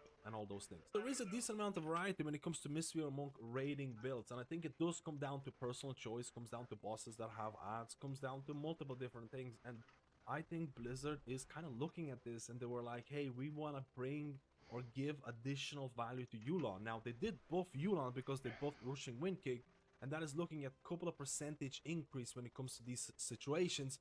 But a lot of people, like I mentioned already, are really unhappy about the Jade Empowerment changes. And like I said, make your voices heard, because I genuinely believe Blizzard could revert that change. And now let's go to Holy Paladin. Another week of Holy Paladin buffs. Now keep in mind, That's an interesting way to do it. So it looks like he has a little thing at the bottom, and then he has his... That's actually a pretty good way to do it. I might switch that for my videos. Like, I need to put a screen like he's got right here for it. That's pretty good. And now let's go to Holy Paladin. Another week of Holy Paladin buffs. Now keep in mind, these buffs are not as... I kind of wanted to understand these buffs. I don't really understand them. I don't understand Holy Paladins almost at all. Close as impactful as the last set of changes, but buffs are buffs. So Shining Righteousness now requires 4 Shield of Righteous to activate a free Word of Glory or Light of Dawn. Now Shining Righteous is primarily a Mythic Plus talent, in the same way that Righteous Judgment chance increase to 100% used to be 50%. Now a lot of people were reading Righteous Judgment and they were saying that, hey, I'll never have to cast Consecration again. That's not how that works. You'll still want to cast Consecration because those things stack.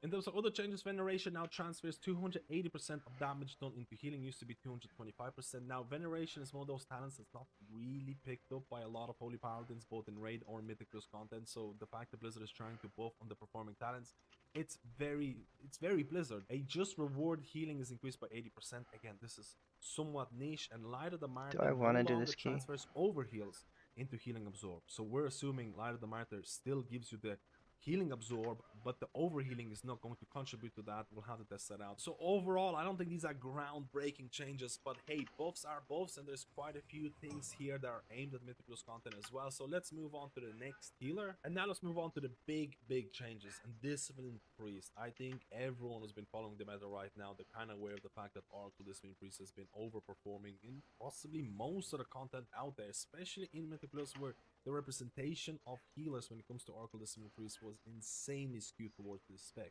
So overall, developers know Discipline Priests are performing beyond where we... And I think some of these changes are going to confuse a lot of people, but I'm going to try and dissect them. And first of all, Wheel and Woe now increases the Absorb of Power Word Shield by 5% per stack, used to be 10%.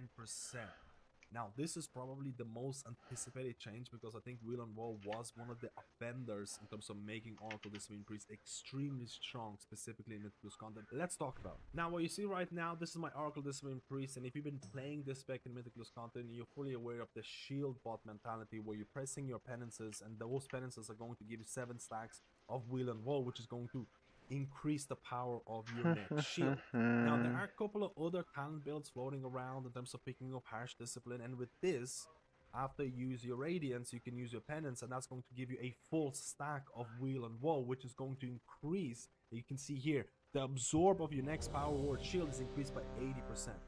They're halving this. So this is going to be, again, depending on your playstyle, and this is the playstyle of using Penance and then using Shield. If you've been optimally playing your Oracle Discipline Priest, this is nerfed to your shielding capabilities. But honestly, you have to look at the original values of these shields and how overpowered shielding is for Oracle Discipline Priest. It's still clear to me that Blizzard wants Oracle Discipline Priest to retain that niche. Honestly, I was half expecting that Blizzard is going to completely annihilate shielding and then buff other aspects of Oracle Discipline Priest to compensate. Outside of that, penance damage and healing has been reduced by 15%, which honestly just sucks regardless of which build you're playing, because this is going to reduce your throughput as a Discipline Priest. And then there has been atonement changes. Now, if you're a Mythic plus only Discipline Priest, you don't have to worry about this, because basically they reduced your atonement, specifically in Raid, and then they gave you compensation buffs to Mythic plus. So they're trying to equal out the changes. Now, historically speaking, just like the Mistweaver changes that happened last time, they nerfed Mistweaver damage and then they had to give compensation buffs to Ancient Teachings. They always end up being like a minuscule nerf, even with the compensation buffs. But for the simplicity's sake, if you're a Discipline Priest who focuses on Mythic Plus, you don't have to worry about these atonement changes too much. If you're a Discipline Priest who's been playing in Raid, well, your atonement transfer is basically getting nerfed by 12.5%. And we'll talk about that. And outside of that, you also see Void Weaver, Void Blast damage is increased by 10%. So this is obviously trying to buff off Void Weaver. And let's talk about some of the logs and how this is going to impact you as a disc player. And just to quickly showcase what is happening in Mythic raiding, this is the HPS logs, and you can see Discipline Priest, or specifically Oracle Discipline Priest, is meta in raids, and it's also meta in Mythic Plus content, and Blizzard is nerfing your atonement transfer, which is specific to raid, by 12.5%. Again, atonement transfer doesn't account for all of your healing, but you're also getting hit with penance nerfs, and you're also getting hit with wheel and woe nerfs. So let's look at random logs when it comes to Oracle Discipline Priest in raiding content. And you can see here, this is lock and stock. Atonement does make up for a large portion of your healing, which is getting nerfed in raid content specifically. You'll see that Power Word Shield does not play as big of a part in raid versus Mythic. Let's see what he has to say about Holy. In raid, this increases Echo of Light healing increase by 50. The last of it. Sir? You want to make you a bowl now? And put it in the microwave? Okay, thank you, baby. You want a lot or a little bit? Quite a bit. I've been eating a lot better. My therapist is happy about that.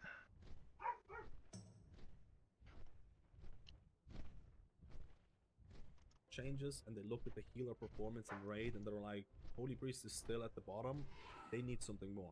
I genuinely think they look at the charts and they base their decisions based on that, but Holy Nova damage is increased by 30%, Prayer of Healing is increased by 15%. I genuinely would like to see the exact percentage the Prayer of Healing has. I like cleaning the bowl, the regular bowl better. Yeah, it's easier to clean. To heal its primary target for 125% more versus used to be 75, and Prayer of Healing mana cost is reduced by 10%. Prismatic Echoes increases Echo of Light healing by 815 instead of 5 or 10, and Renew healing by 2040 instead of 1530. So this is a buff to this talent.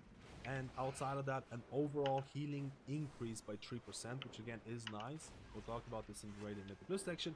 And there's been buffs to Oracle. Twin Sight now applies 4 stacks of Prayer Mending instead of 2. And I think this is very interesting because Blizzard is trying to make Oracle more of a thing for Holy Priest, which I think is fantastic because there's so many other healers who are still, again, I'm talking about Resto Shaman here, who's still kind of stuck with like majority of Resto Shamans are going to be playing a singular hero build. And I think the fact that Blizzard is trying to make multiple hero builds viable for Holy, they should apply the same logic to Resto Shaman, but I'm going on a tangent. In the summary of Holy Priest changes, well, they seem to be quite impactful because they open doors for another possible raiding build for Holy Priest using things like Oracle alongside Archon, so you'll have multiple different options. So while playing this Oracle build, it's possible you might be making use of talents like Prayer of Healing or Prismatic Echoes, basically some of the talents that have been buffed recently. So guys, let me know how you feel about the possibility of multiple... I really like the way Mad Skills does his editing, where he has a big picture with just his face and then a line like that. I maybe copy him, because I think that's maybe better than what I've been doing. And also, wouldn't have to make like a little thing at the bottom to hide that stuff.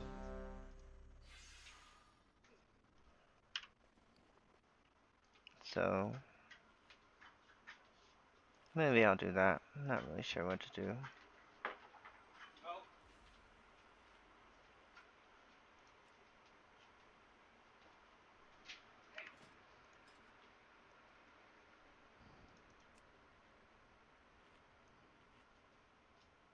I'm switching to holy.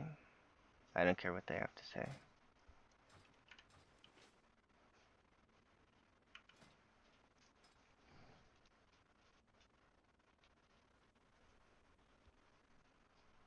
I'm tired of having to play disc. I don't want to play disc. I want to play holy.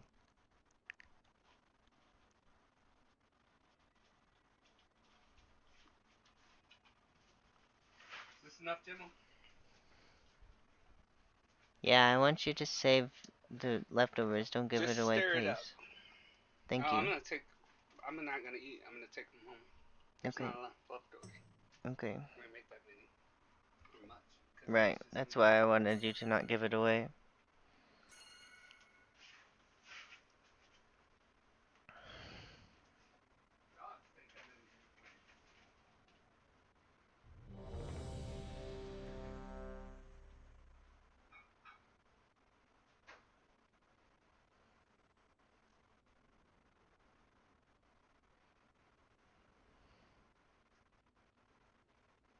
Five, four, three, two, one.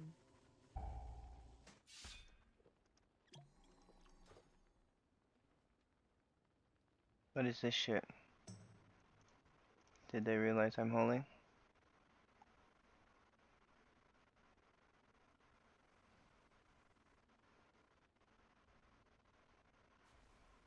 Well, I can't switch again.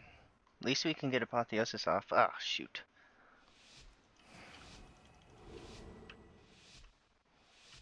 Let's get a couple more Light Weaver stacks before the key. I wanted to get that as Apotheosis. Like, it's super OP. Be able to get Apotheosis before everything happens. But of late, the devotees have become secretive, hostile. P.I. Wilders. The gods sought to kill you. And Captain Dale cries protecting something. Five, four, three, two, one. Each of his lieutenants bolsters his tactics. Draw them away and defeat them.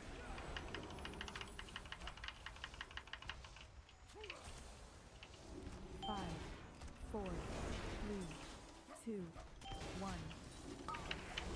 Five, four, three, two. Why did he die to? That's pretty toxic.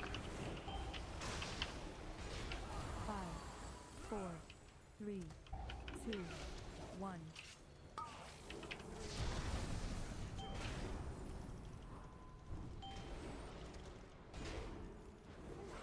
Five, four, five, four, three, two, one. Not ready yet.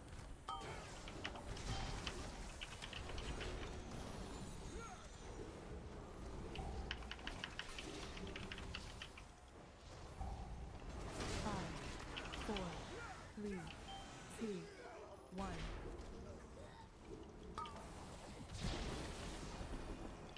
Holy cow, this druid is insanely squishy. It's still recharging. Shame, ma'am.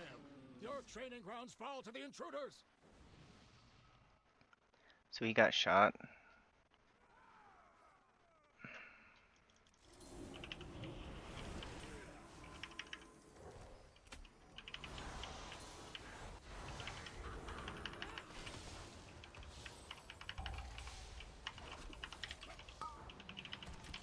can't use that item yet.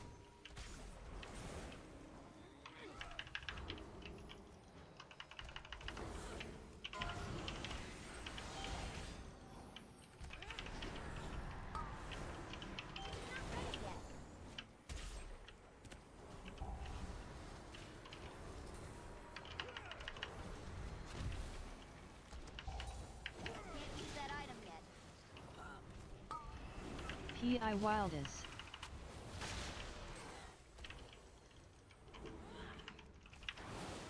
That was a really late PR.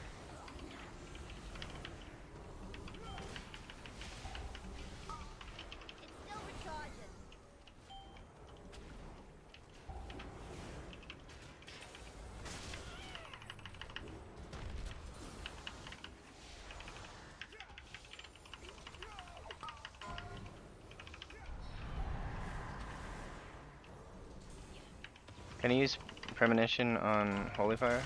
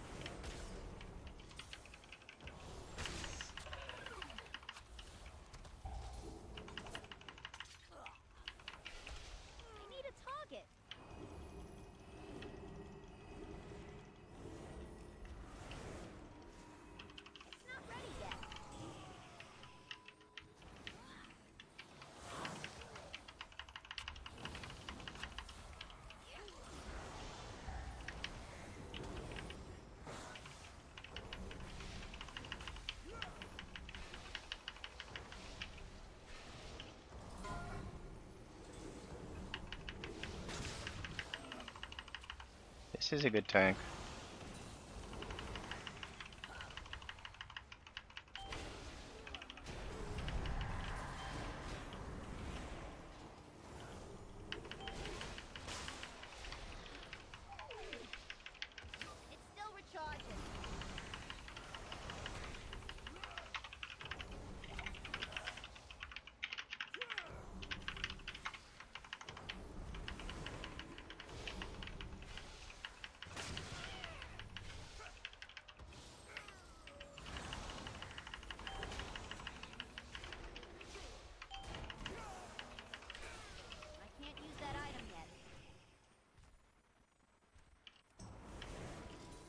P.I. Wild is.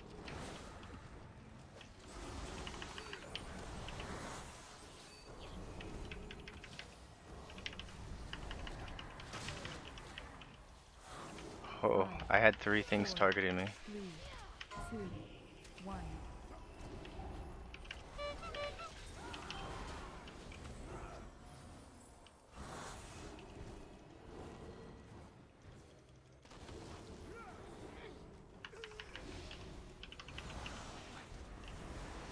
Five, 4, 3, 2, 1.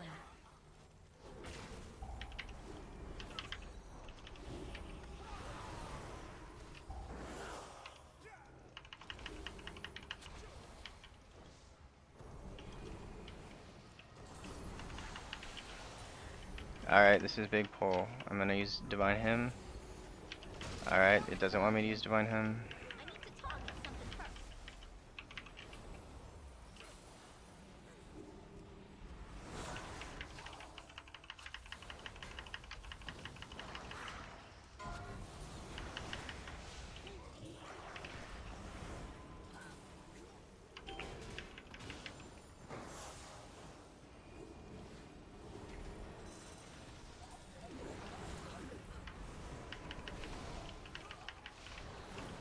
Only What? the strongest survive. Alright, double fireball.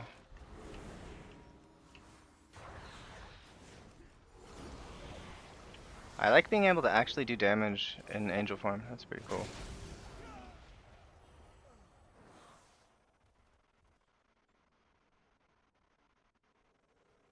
It was literally double fireball, no time to react. Okay. But I think Psychic Scream was off of cooldown, so let's call that my fault.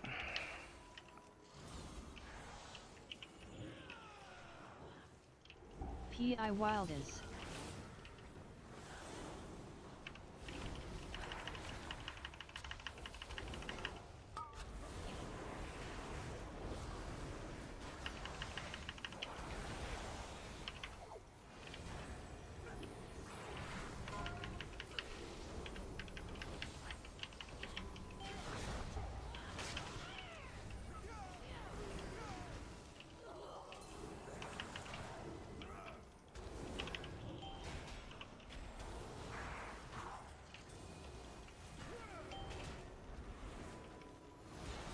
I just want to use my cooldown reduction on freaking...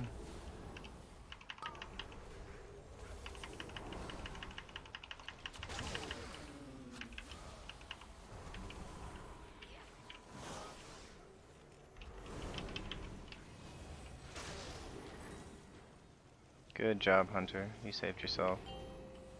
I was kind of in a bind there.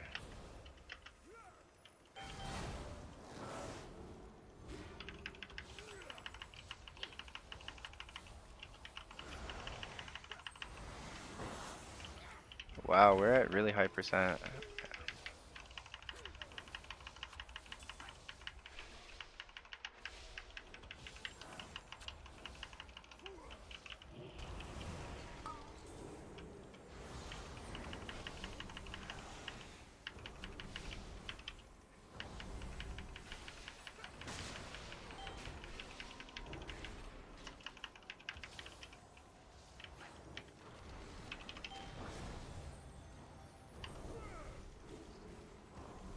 You won't peel off anymore. You must defeat Dale Cry now. Tainer, the intruders defile the altar of the sacred flame.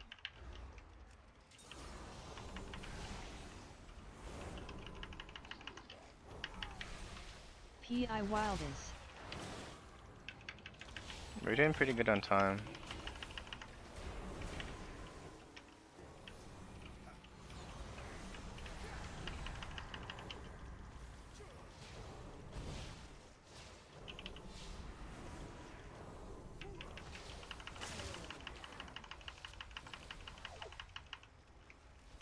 Show them the power of the flame.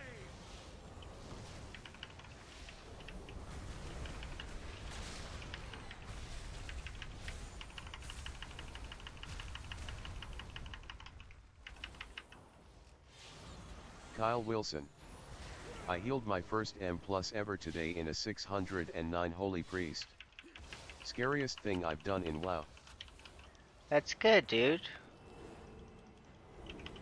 I'm glad there's new players joining the game, because this game is so old and I've been playing it for like 10 years, and I think it's fun when new people play. I hope people are being nice to you, because people are so mean sometimes for like no reason.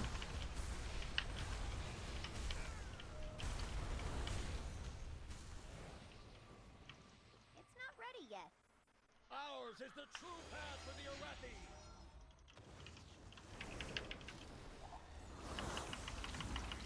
Five, four, My three, spear aims two, one.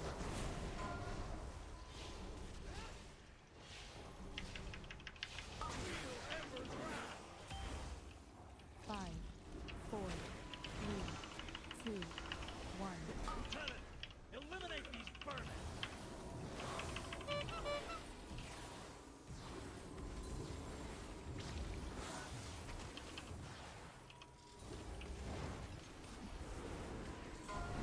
Five, four, three, two, one. And my spear aims true.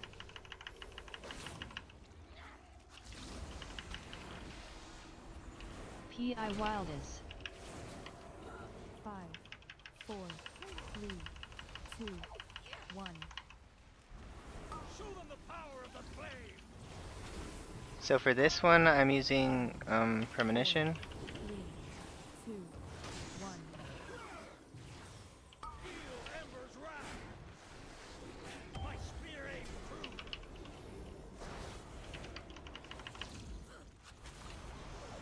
So I like to give the tank Guardian Spirit like at least once during this boss. Five, Help them save some cooldowns maybe. 2, 5, 1, 4, 3, 2, Show them the power of 1. the flame. Feel Ember's wrath. My spear aims true.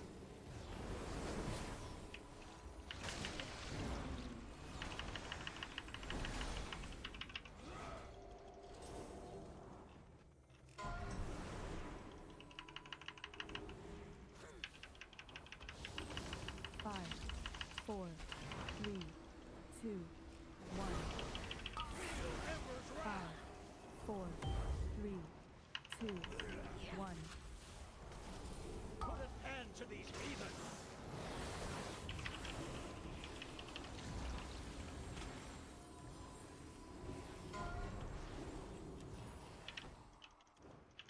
Dude, use a bark skin or something.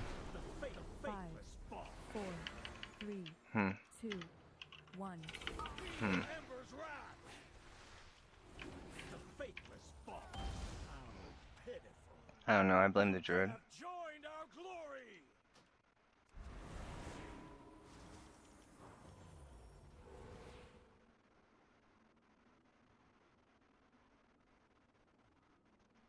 Let's see, Prayer of Mending healed him for 500k.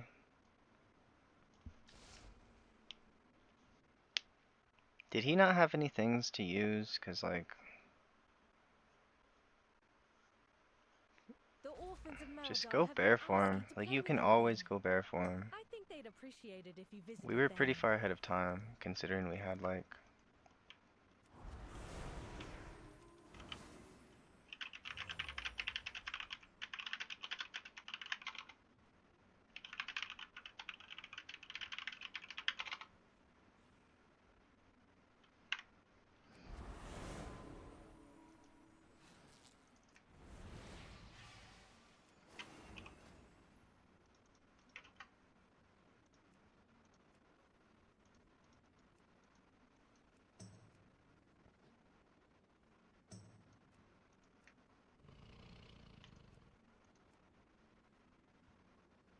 I just greeted a cooldown because I wanted it for next pack.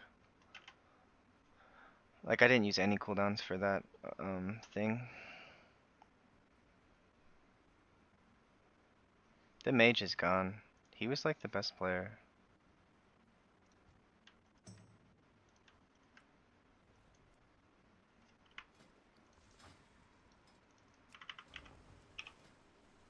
Like he was over the Moonkin overall, which is kind of crazy.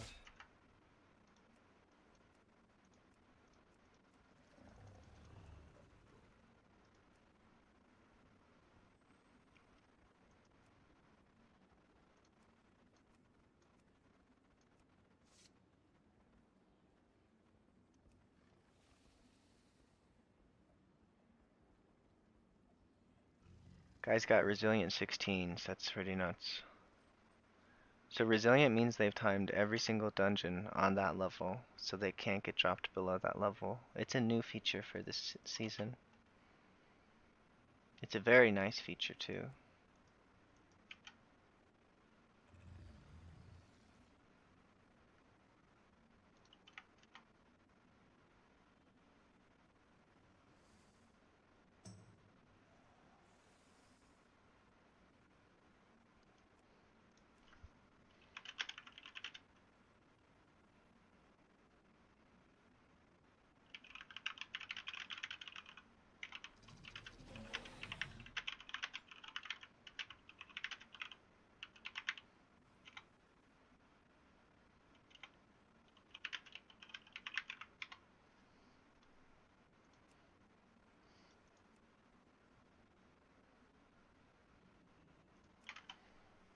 Duty. Hee hee hee hee.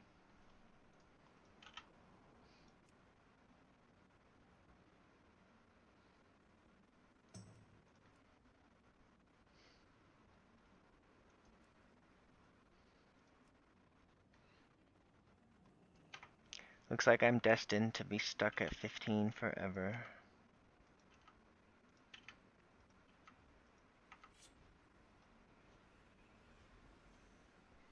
I'm getting kind of tired of playing, so I might call a break for the day, honestly, soon.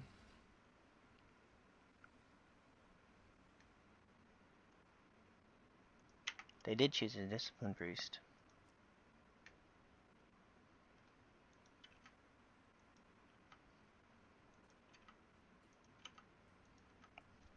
Oh, let's go see if there's maybe another video I wanted to watch I don't really care about.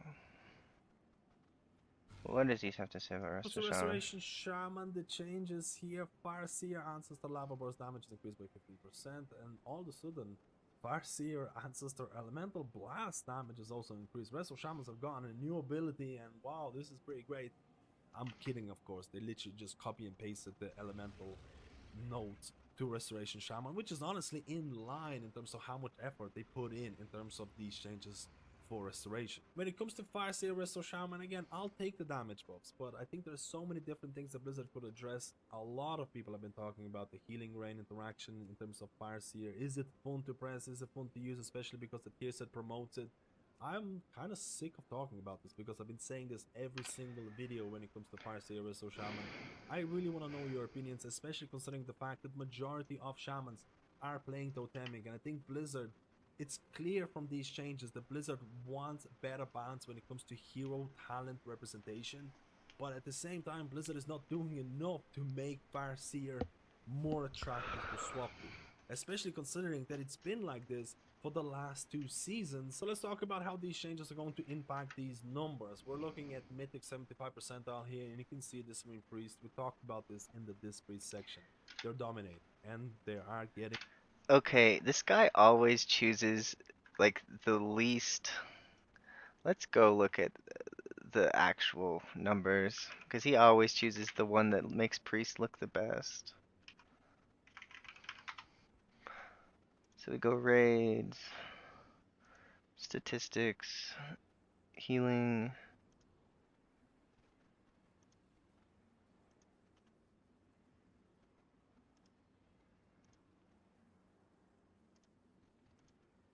How about that? So it's just across the board. Disc is doing so much better. A substantial nerf. They're getting a 12.5% atonement nerf, which is specifically for raid content. They're getting a nerf to penance. They're getting a nerf to wheel and woe, and you will see this Discipline Priest HPS numbers be more in line with everyone else. This is basically what Blizzard is trying to do. They're looking at this chart, or this exact chart, and they're like, hey, how can we make this closer with everyone else? And I think they've been doing a good job, because last week Holy Paladin was really down. They gave a substantial buff, and everything is looking a lot closer if you look at pure HPS.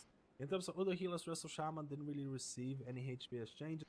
Yeah, but what this doesn't show is, it makes me mad that they balance without considering damage reductions, because the priest line is actually way up here, and the paladin's line is actually tied with the priest line if you don't include damage reductions. So like, it's not as close as it looks. It's like disc is actually way up here because it has 2% damage reduction when it has atonement out. So it's way higher than it actually looks. Just Mistweaver Monk, honestly, I'm not sure what's gonna happen to Mistweaver Monk right now, because there is a different builds floating around in terms of Yulon. Yulon received a buff. In terms of Chi G, Jade Empowerment build, depending on how you utilize it, depending on how many mobs there are on certain raid bosses and things like that, honestly, it might change, it might not. It really just depends on the representation numbers, depending on the different builds and things like that. At the end of the day, Jade Empowerment changes are absolutely cringe. Make your voices being heard, because I still think they can revert that. Resto Druid received no changes. Holy Paladin received buffs, but a lot of them are a little bit of quality of life or aimed at Mythic Plus content. I don't think they're going to fluctuate all that much. Preservation of Walker received no changes whatsoever. And Holy Priest received buffs. They received 3% overall healing buff. They received buff to some of the underperforming talents. There's been buffs to Oracle and things like that. So I'm expecting Holy Priest to be more in line with everyone else, and Discipline Priest to fall back in line with everyone else, which again is literally what Blizzard is trying to do when they look at these charts. And now let's talk about the big one, and that is Mythic plus balance. And we're looking at this week in terms of week 6. Average key level is almost like 15, 16. So people are pushing keys right now. There's still item level to achieve. So item level is going to be increased. Keys are going to be increased. Oracle Discipline Priest nerfs. Is it dead? Is it meta? Is it still good? My honest prediction, I don't think Oracle Discipline Priest is dead. I think the Wheel and Woe nerfs are going to be felt, but you still have shields. You have to remember, shielding is still a really good way of increasing your group survivability. I still think that priest utility this season is more relevant than ever, because as a priest you provide things like, for example, Master Spell. There's so many magic debuffs out there. You provide PEI, which has always been great pretty much. You provide things like Mind Suit, which I think this season is a huge quality of life, and I think you won't realize how strong you can be unless you start pushing certain keys in your life. We need Mind Suit for this. I almost feel like Mind Suit should be a consumable at this point, but that might be a controversial opinion. And obviously things like Fortitude, but at the end of the day, Shadow Priest is not all that great. So I think a lot of groups will try their best to keep a priest in their comp. Now, when looking at Oracle, Discipline Priest, and Trooper, we already looked at those sample logs. You can go back to the Discipline Priest section and things like that, but shielding is going to account for a big portion of your healing. A lot of that shielding is also going to be buffed by Wheel and Woe. We talked about this. That's going to be halved, so your shields are going to be less powerful, but again, shielding is still relatively strong. It still gives survivability to your group and all those things. Penance nerfs are going to be really, really annoying.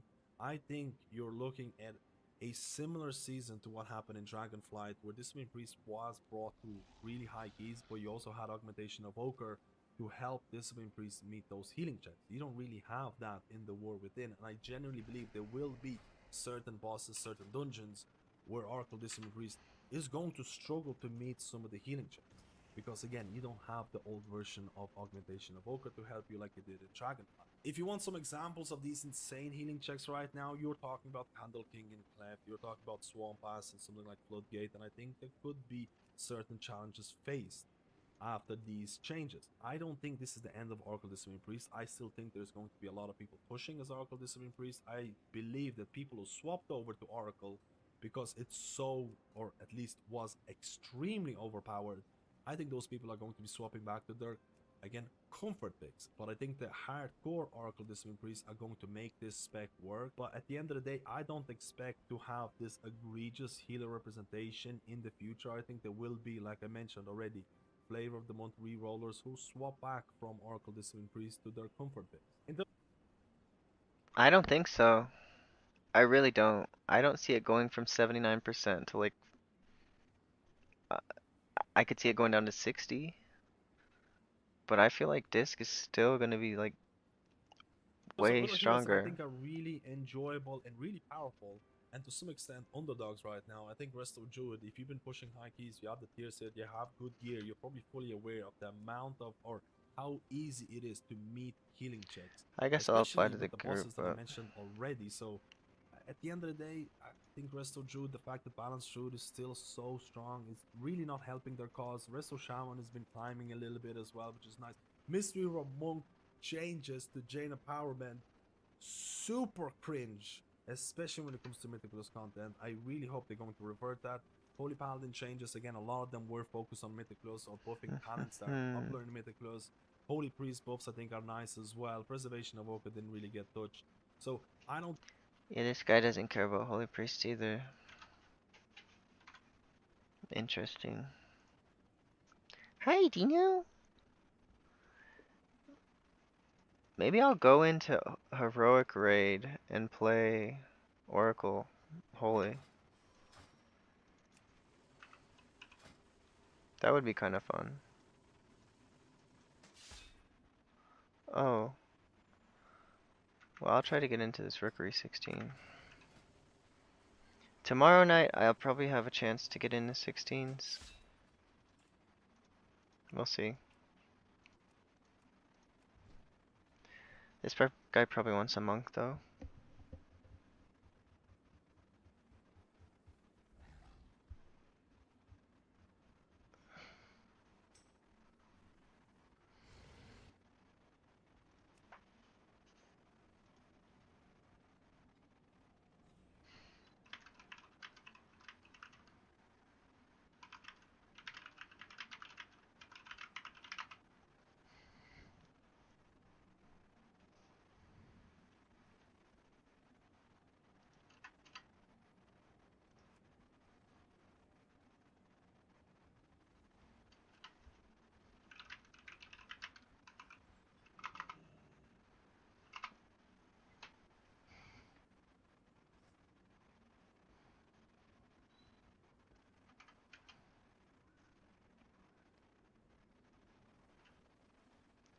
Okay, so this shifting guy's not gonna invite me, so I'm just gonna go.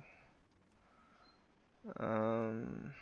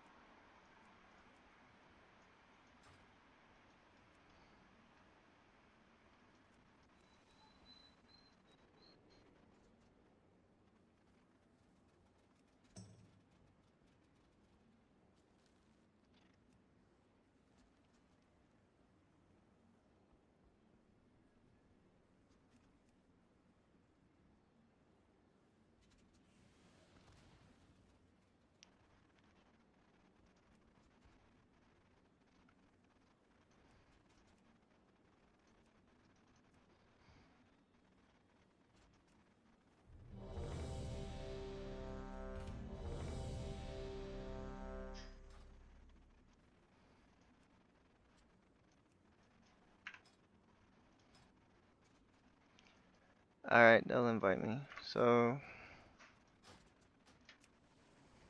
or they'll summon me, I mean.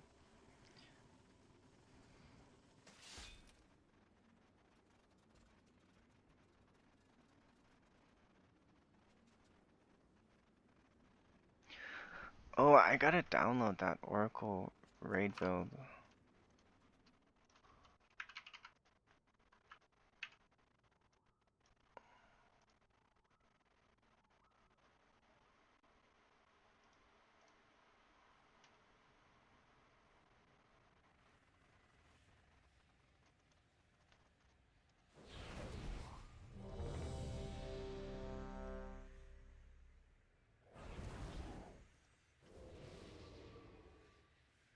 What the hell was it?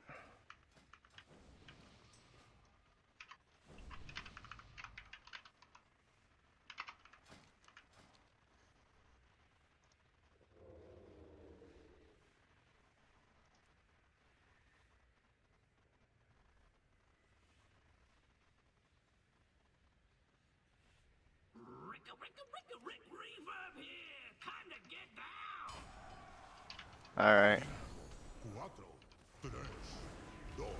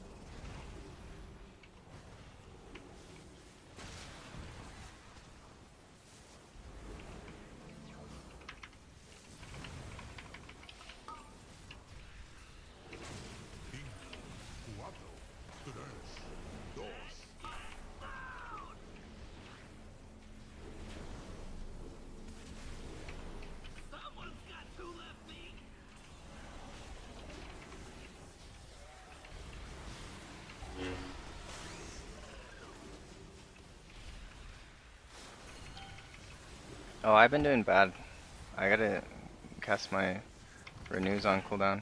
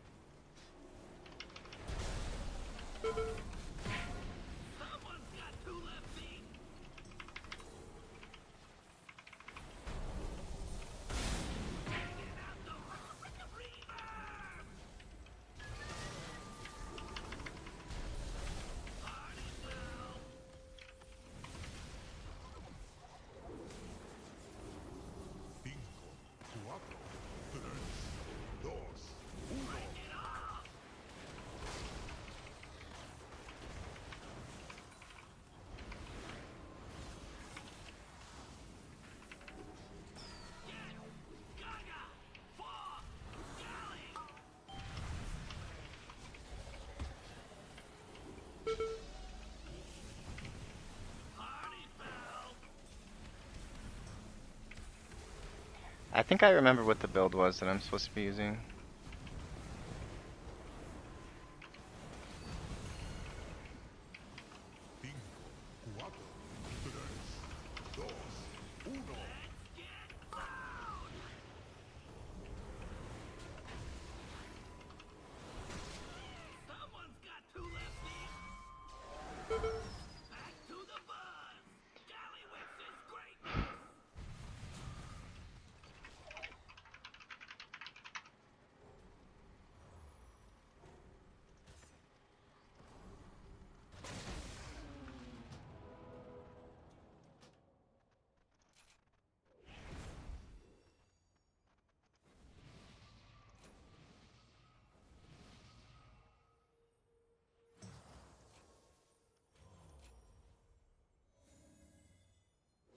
I think it was something like this.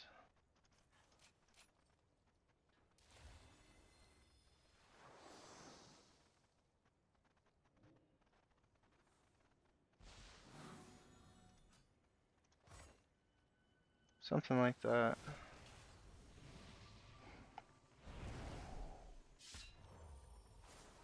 And I also want Phantom Reach.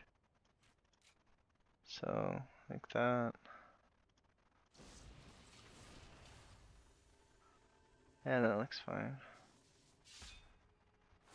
Do I want Halo? Probably not. Is there anything else I wanted? I did just want to test the build, honestly.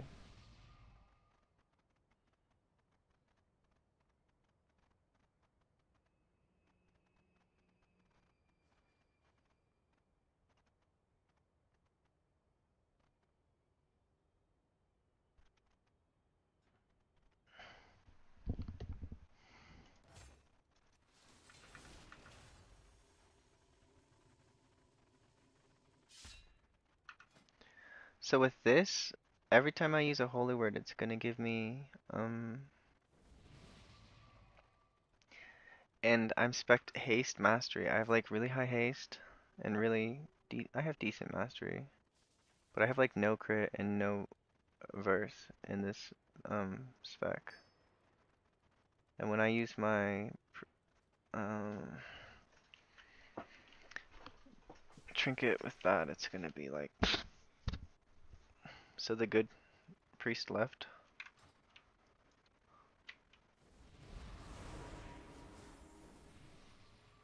Did we lose the tanks? One tank. I can't use that. I wish I would have had time to switch. So my piety did more than his halo.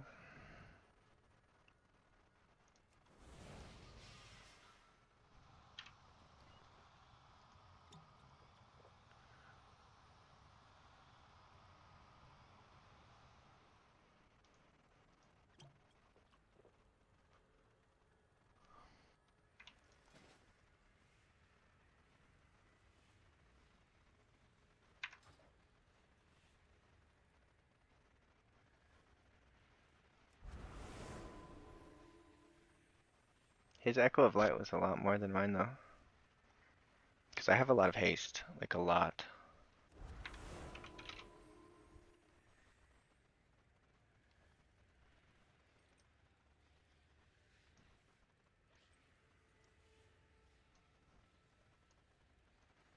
I've thought about doing this. Make sure I actually use Renew on cooldown.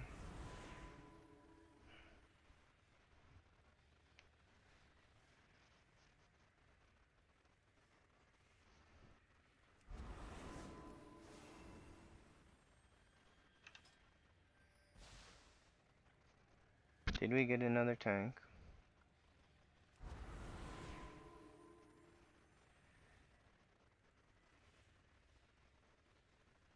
Oracle should be performing less good than Archon in this big of a group. Because Archon is like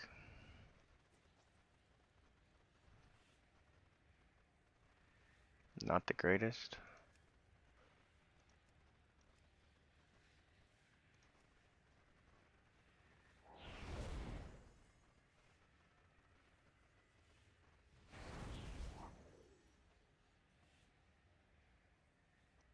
So this would be better for my Oracle raid set.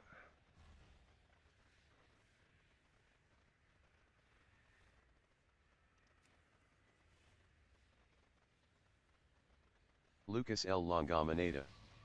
That Ilblo is a little satanic. I know, dude. That's why on my stream thing I made it say 665.9. And like it's like gotta be bad luck for a holy priest to be using 666 eye level. It's gotta be bad luck.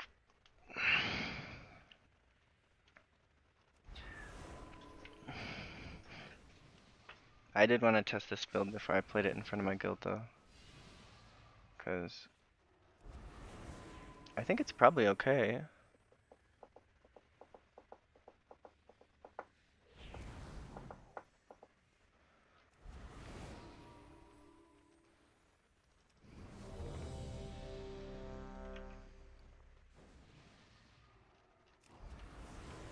It's still recharging.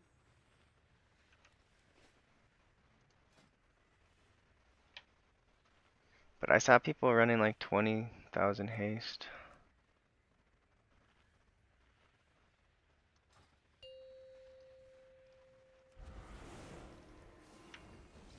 Five, four, three, two, one. What? 5, 4, 3, 2, 1.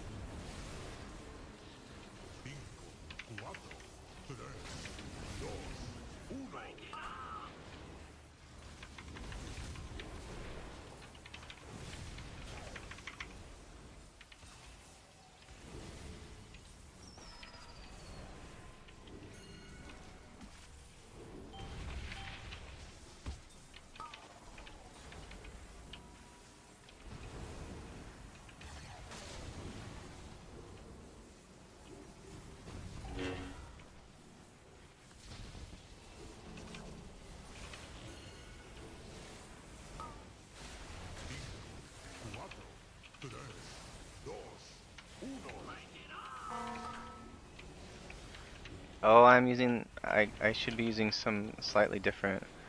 I should be using Eternal Sanctity. Because this build is like super good if you get like... Lucas L. Longominata. Would you like to be a priest IRL if we were living in the year 1500? Yeah, it'd probably be better than being a, like...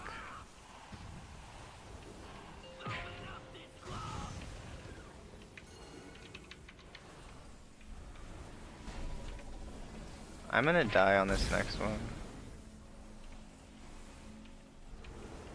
I'm gonna die on purpose here.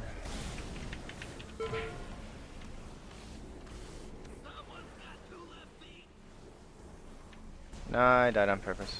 It's not 2 left feet situation.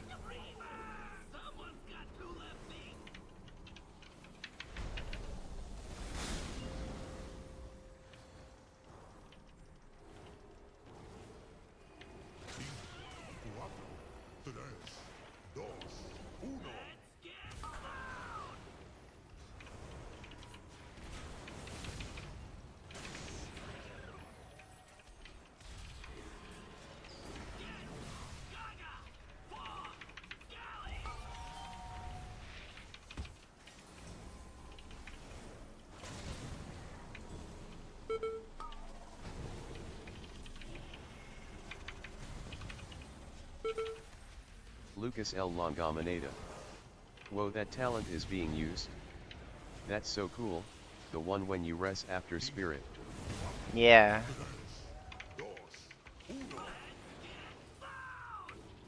They made it a lot easier to take.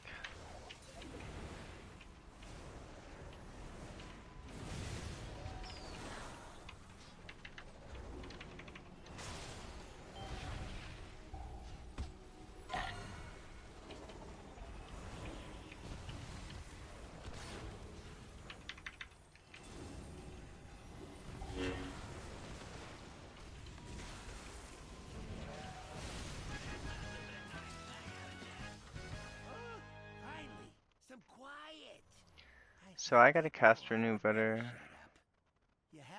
It should be like 23 to 32.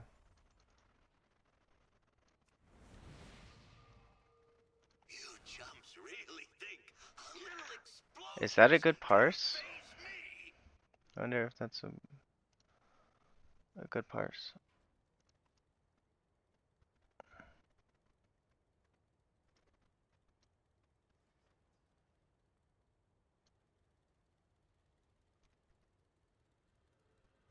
It's a 98 parse.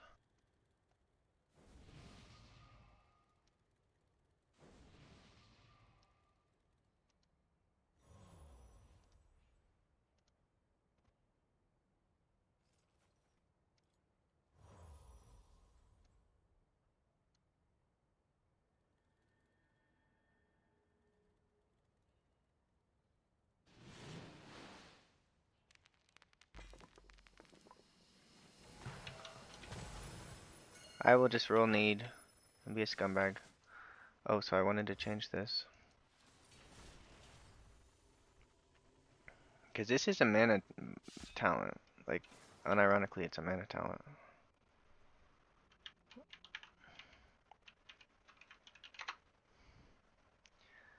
So I'll duplicate this one. I think I wanted it like in multiple places so I don't screw up.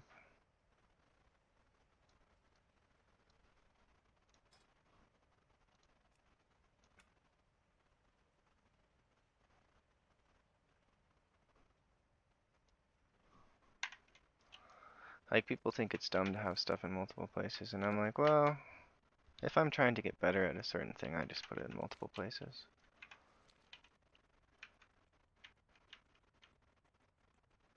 What was my piety healing? 9%? So it's kind of improper to be casting piety on myself during...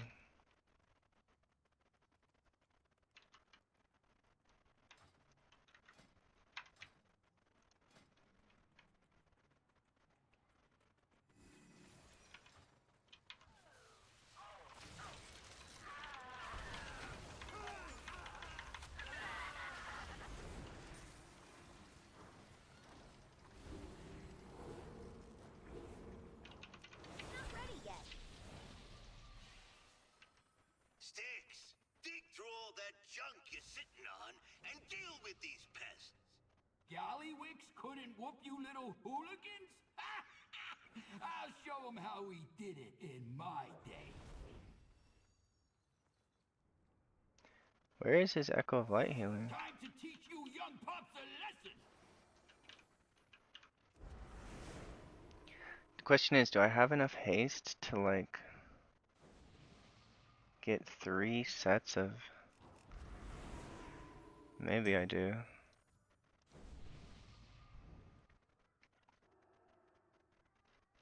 We'll see.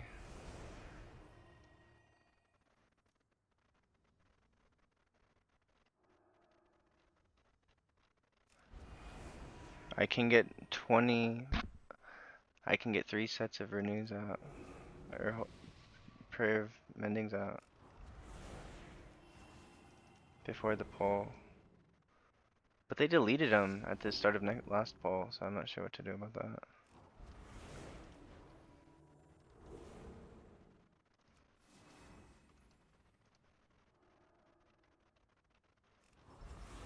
I'm gonna link this priest to my guide.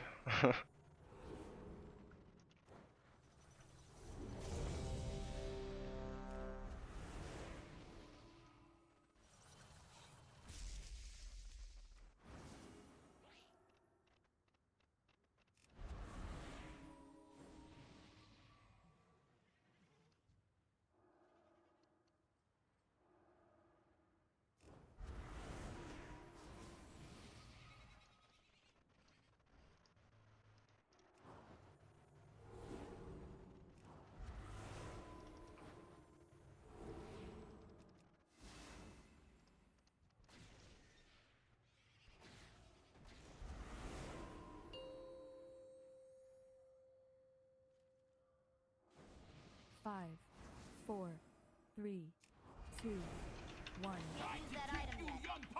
Ah, they are deleting them. That's annoying.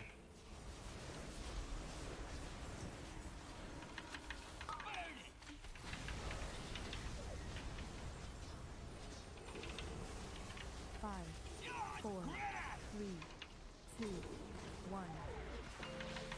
They see nothing yet.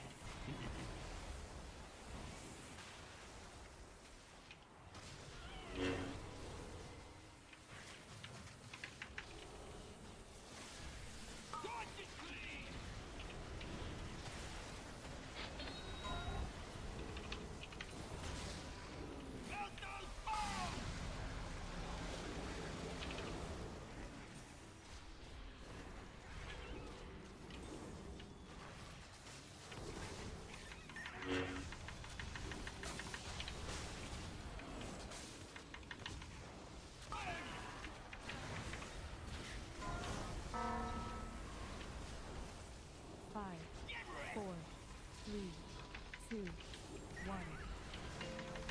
They see nothing yet.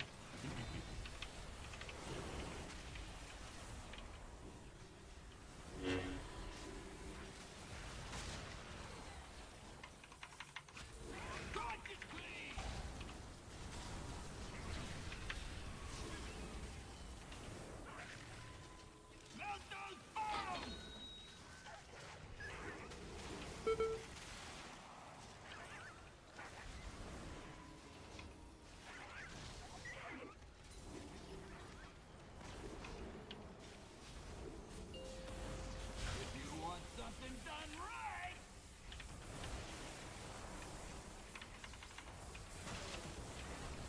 gotta do it yourself. Time to take out the trash.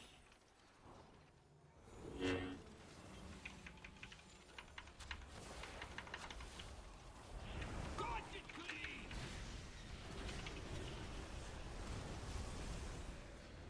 5, 4, 3, 2, 1. They see nothing yet.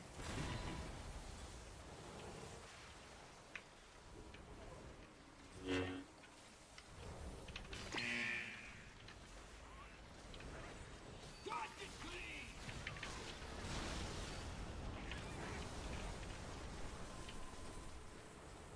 Melt those bones.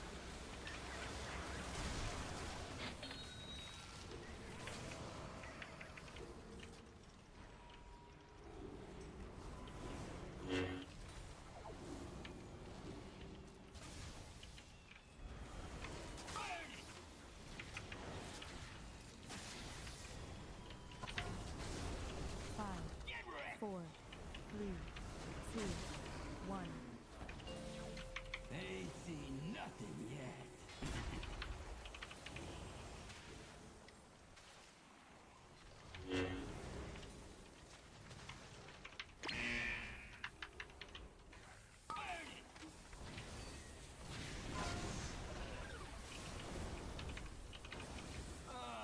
Boy, melt it down.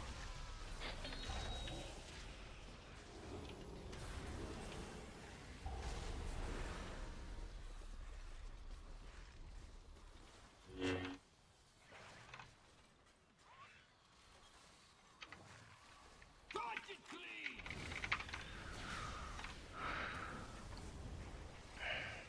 5, 4, 3, 2, 1. Oh, let's see what I got. Keep it under my clean, yeah, since I can't recall.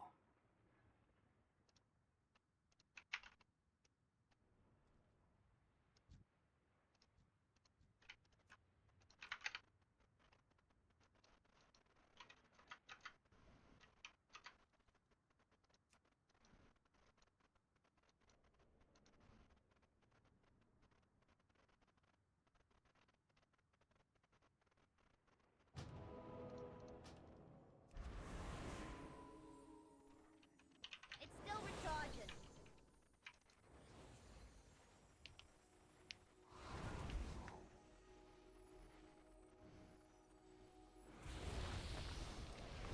Okay, so I guess I just have a lot more mastery than the people who is running um They had like over 20k and I'm only at 19. So here, let's just re-roll this until it switches haste. Versatility. Kind of expensive to do, but not really.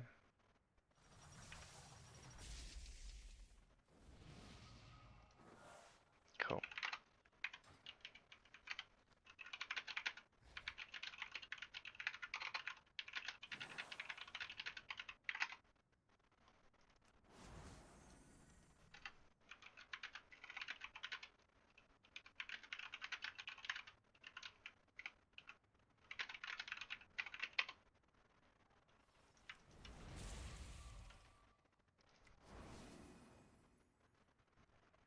So they started deleting Prayer of Mending on poll? Those scumbags.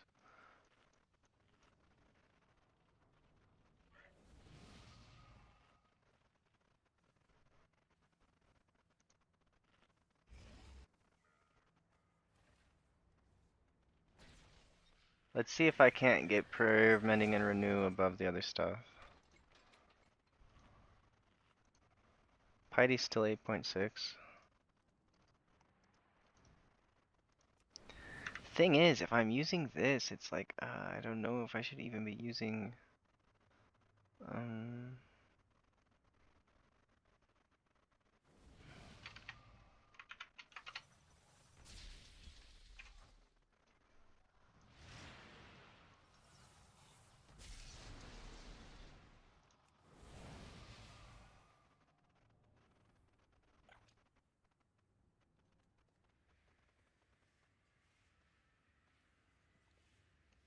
what?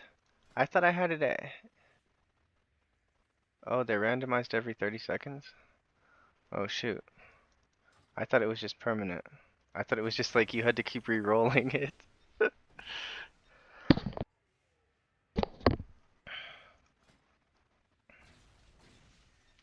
There's gotta be better flasks then, cause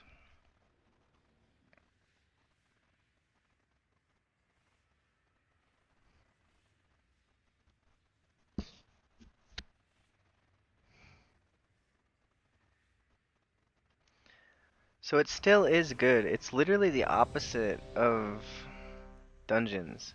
In dungeons, your main Prayer of Mending gets reset, but in Raid, these two little Prayer of Mendings don't get reset.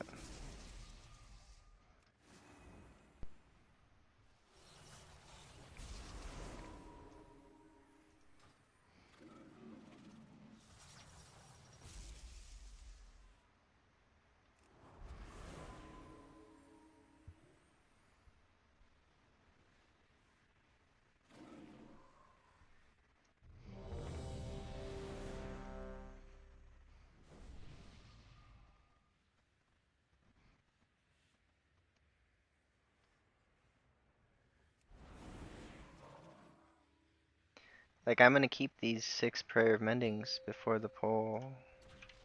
I'll do one more. 5, 4, 3, 2. Time to teach you young pups a lesson. So I'm gonna use Premonition of Insight to get my Prayer of Mendings out.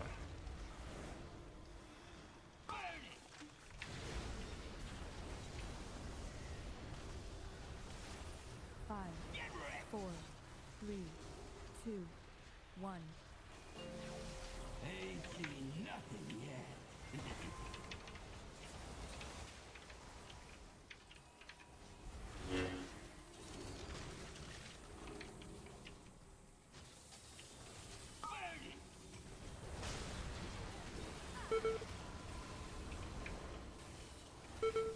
Everyone's running me over.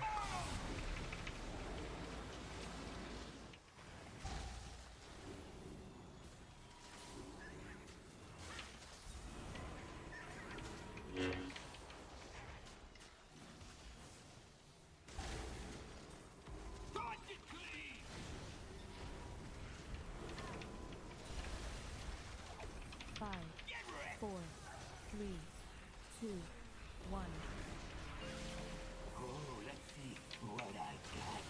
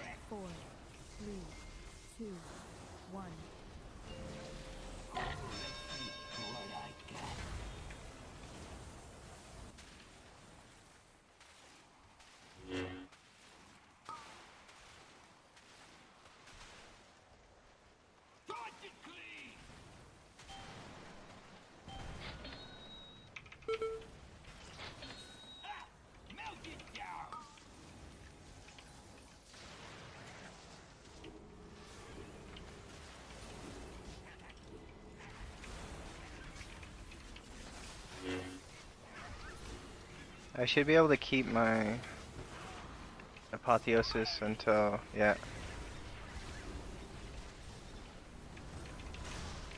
5, 4, 3, 2, 1. Oh, let's see what I got.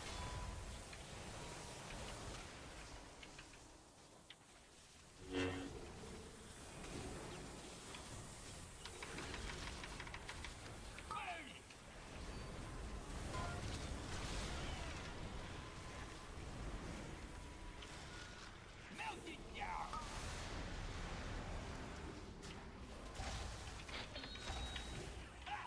Whoop ya.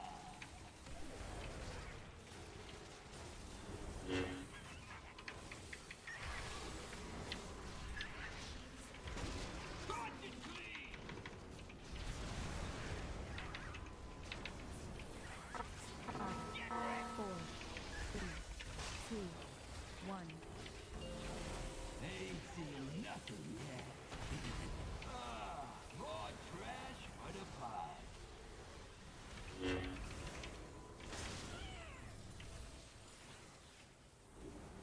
Got it clean. More trash for the pot. Melt it down.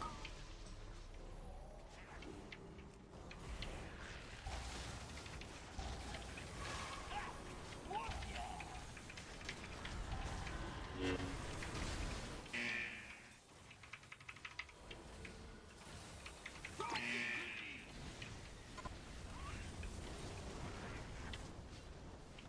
Five, 4, 3, 2, 1. Oh, let's see. Whoop ya.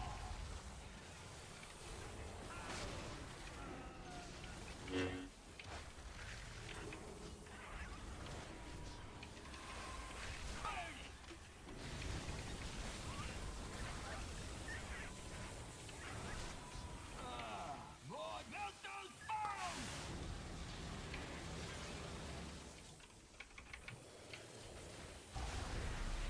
Keeping undermine clean, yeah, since I can't recall.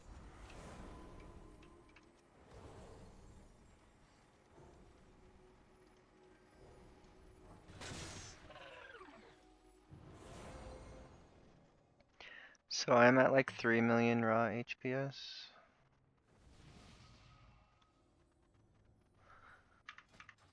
Alright, group's done.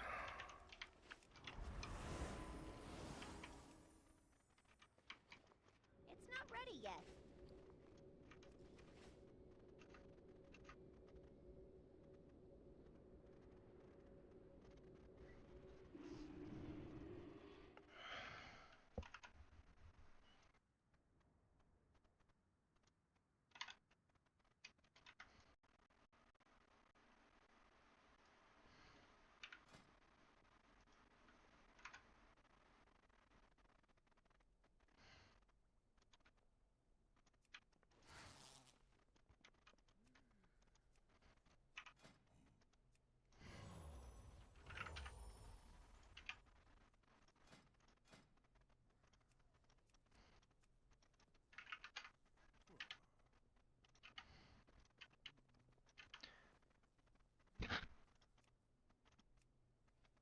There's two 17s and one 16. That's pretty nuts.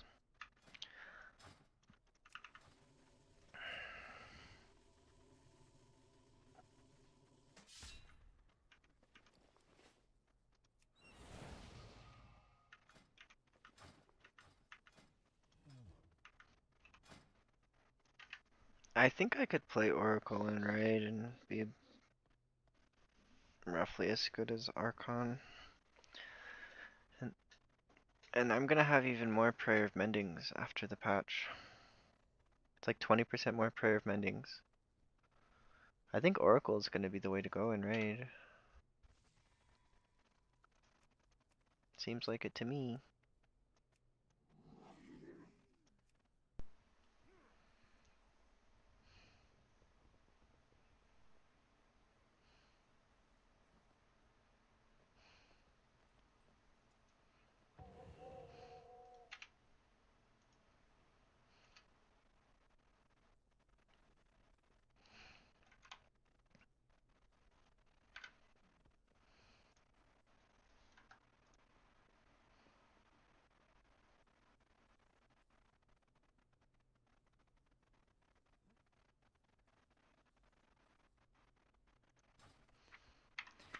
Yeah, I mean, I think the res talent, you might only take, you might not take if you play Oracle, but I took it anyways. It's probably just like a reclear thing, cause like the amount of gain.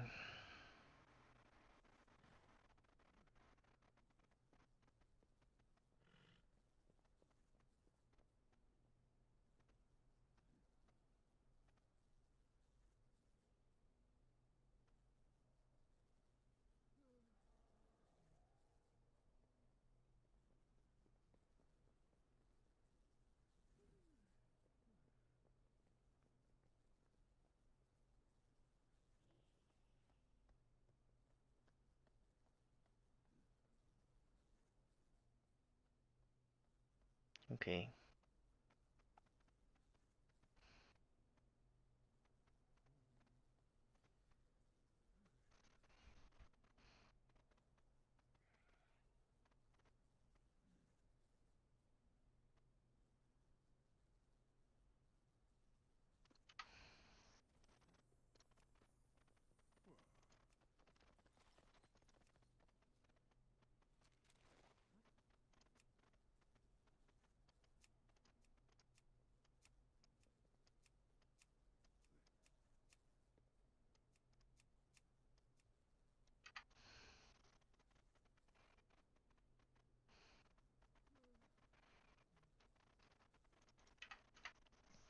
Yeah, I'm gonna call the stream for like an hour and eat.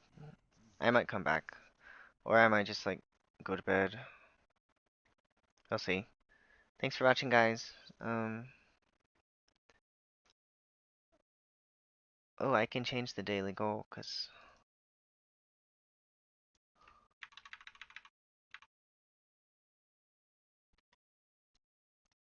I got all the 15s now.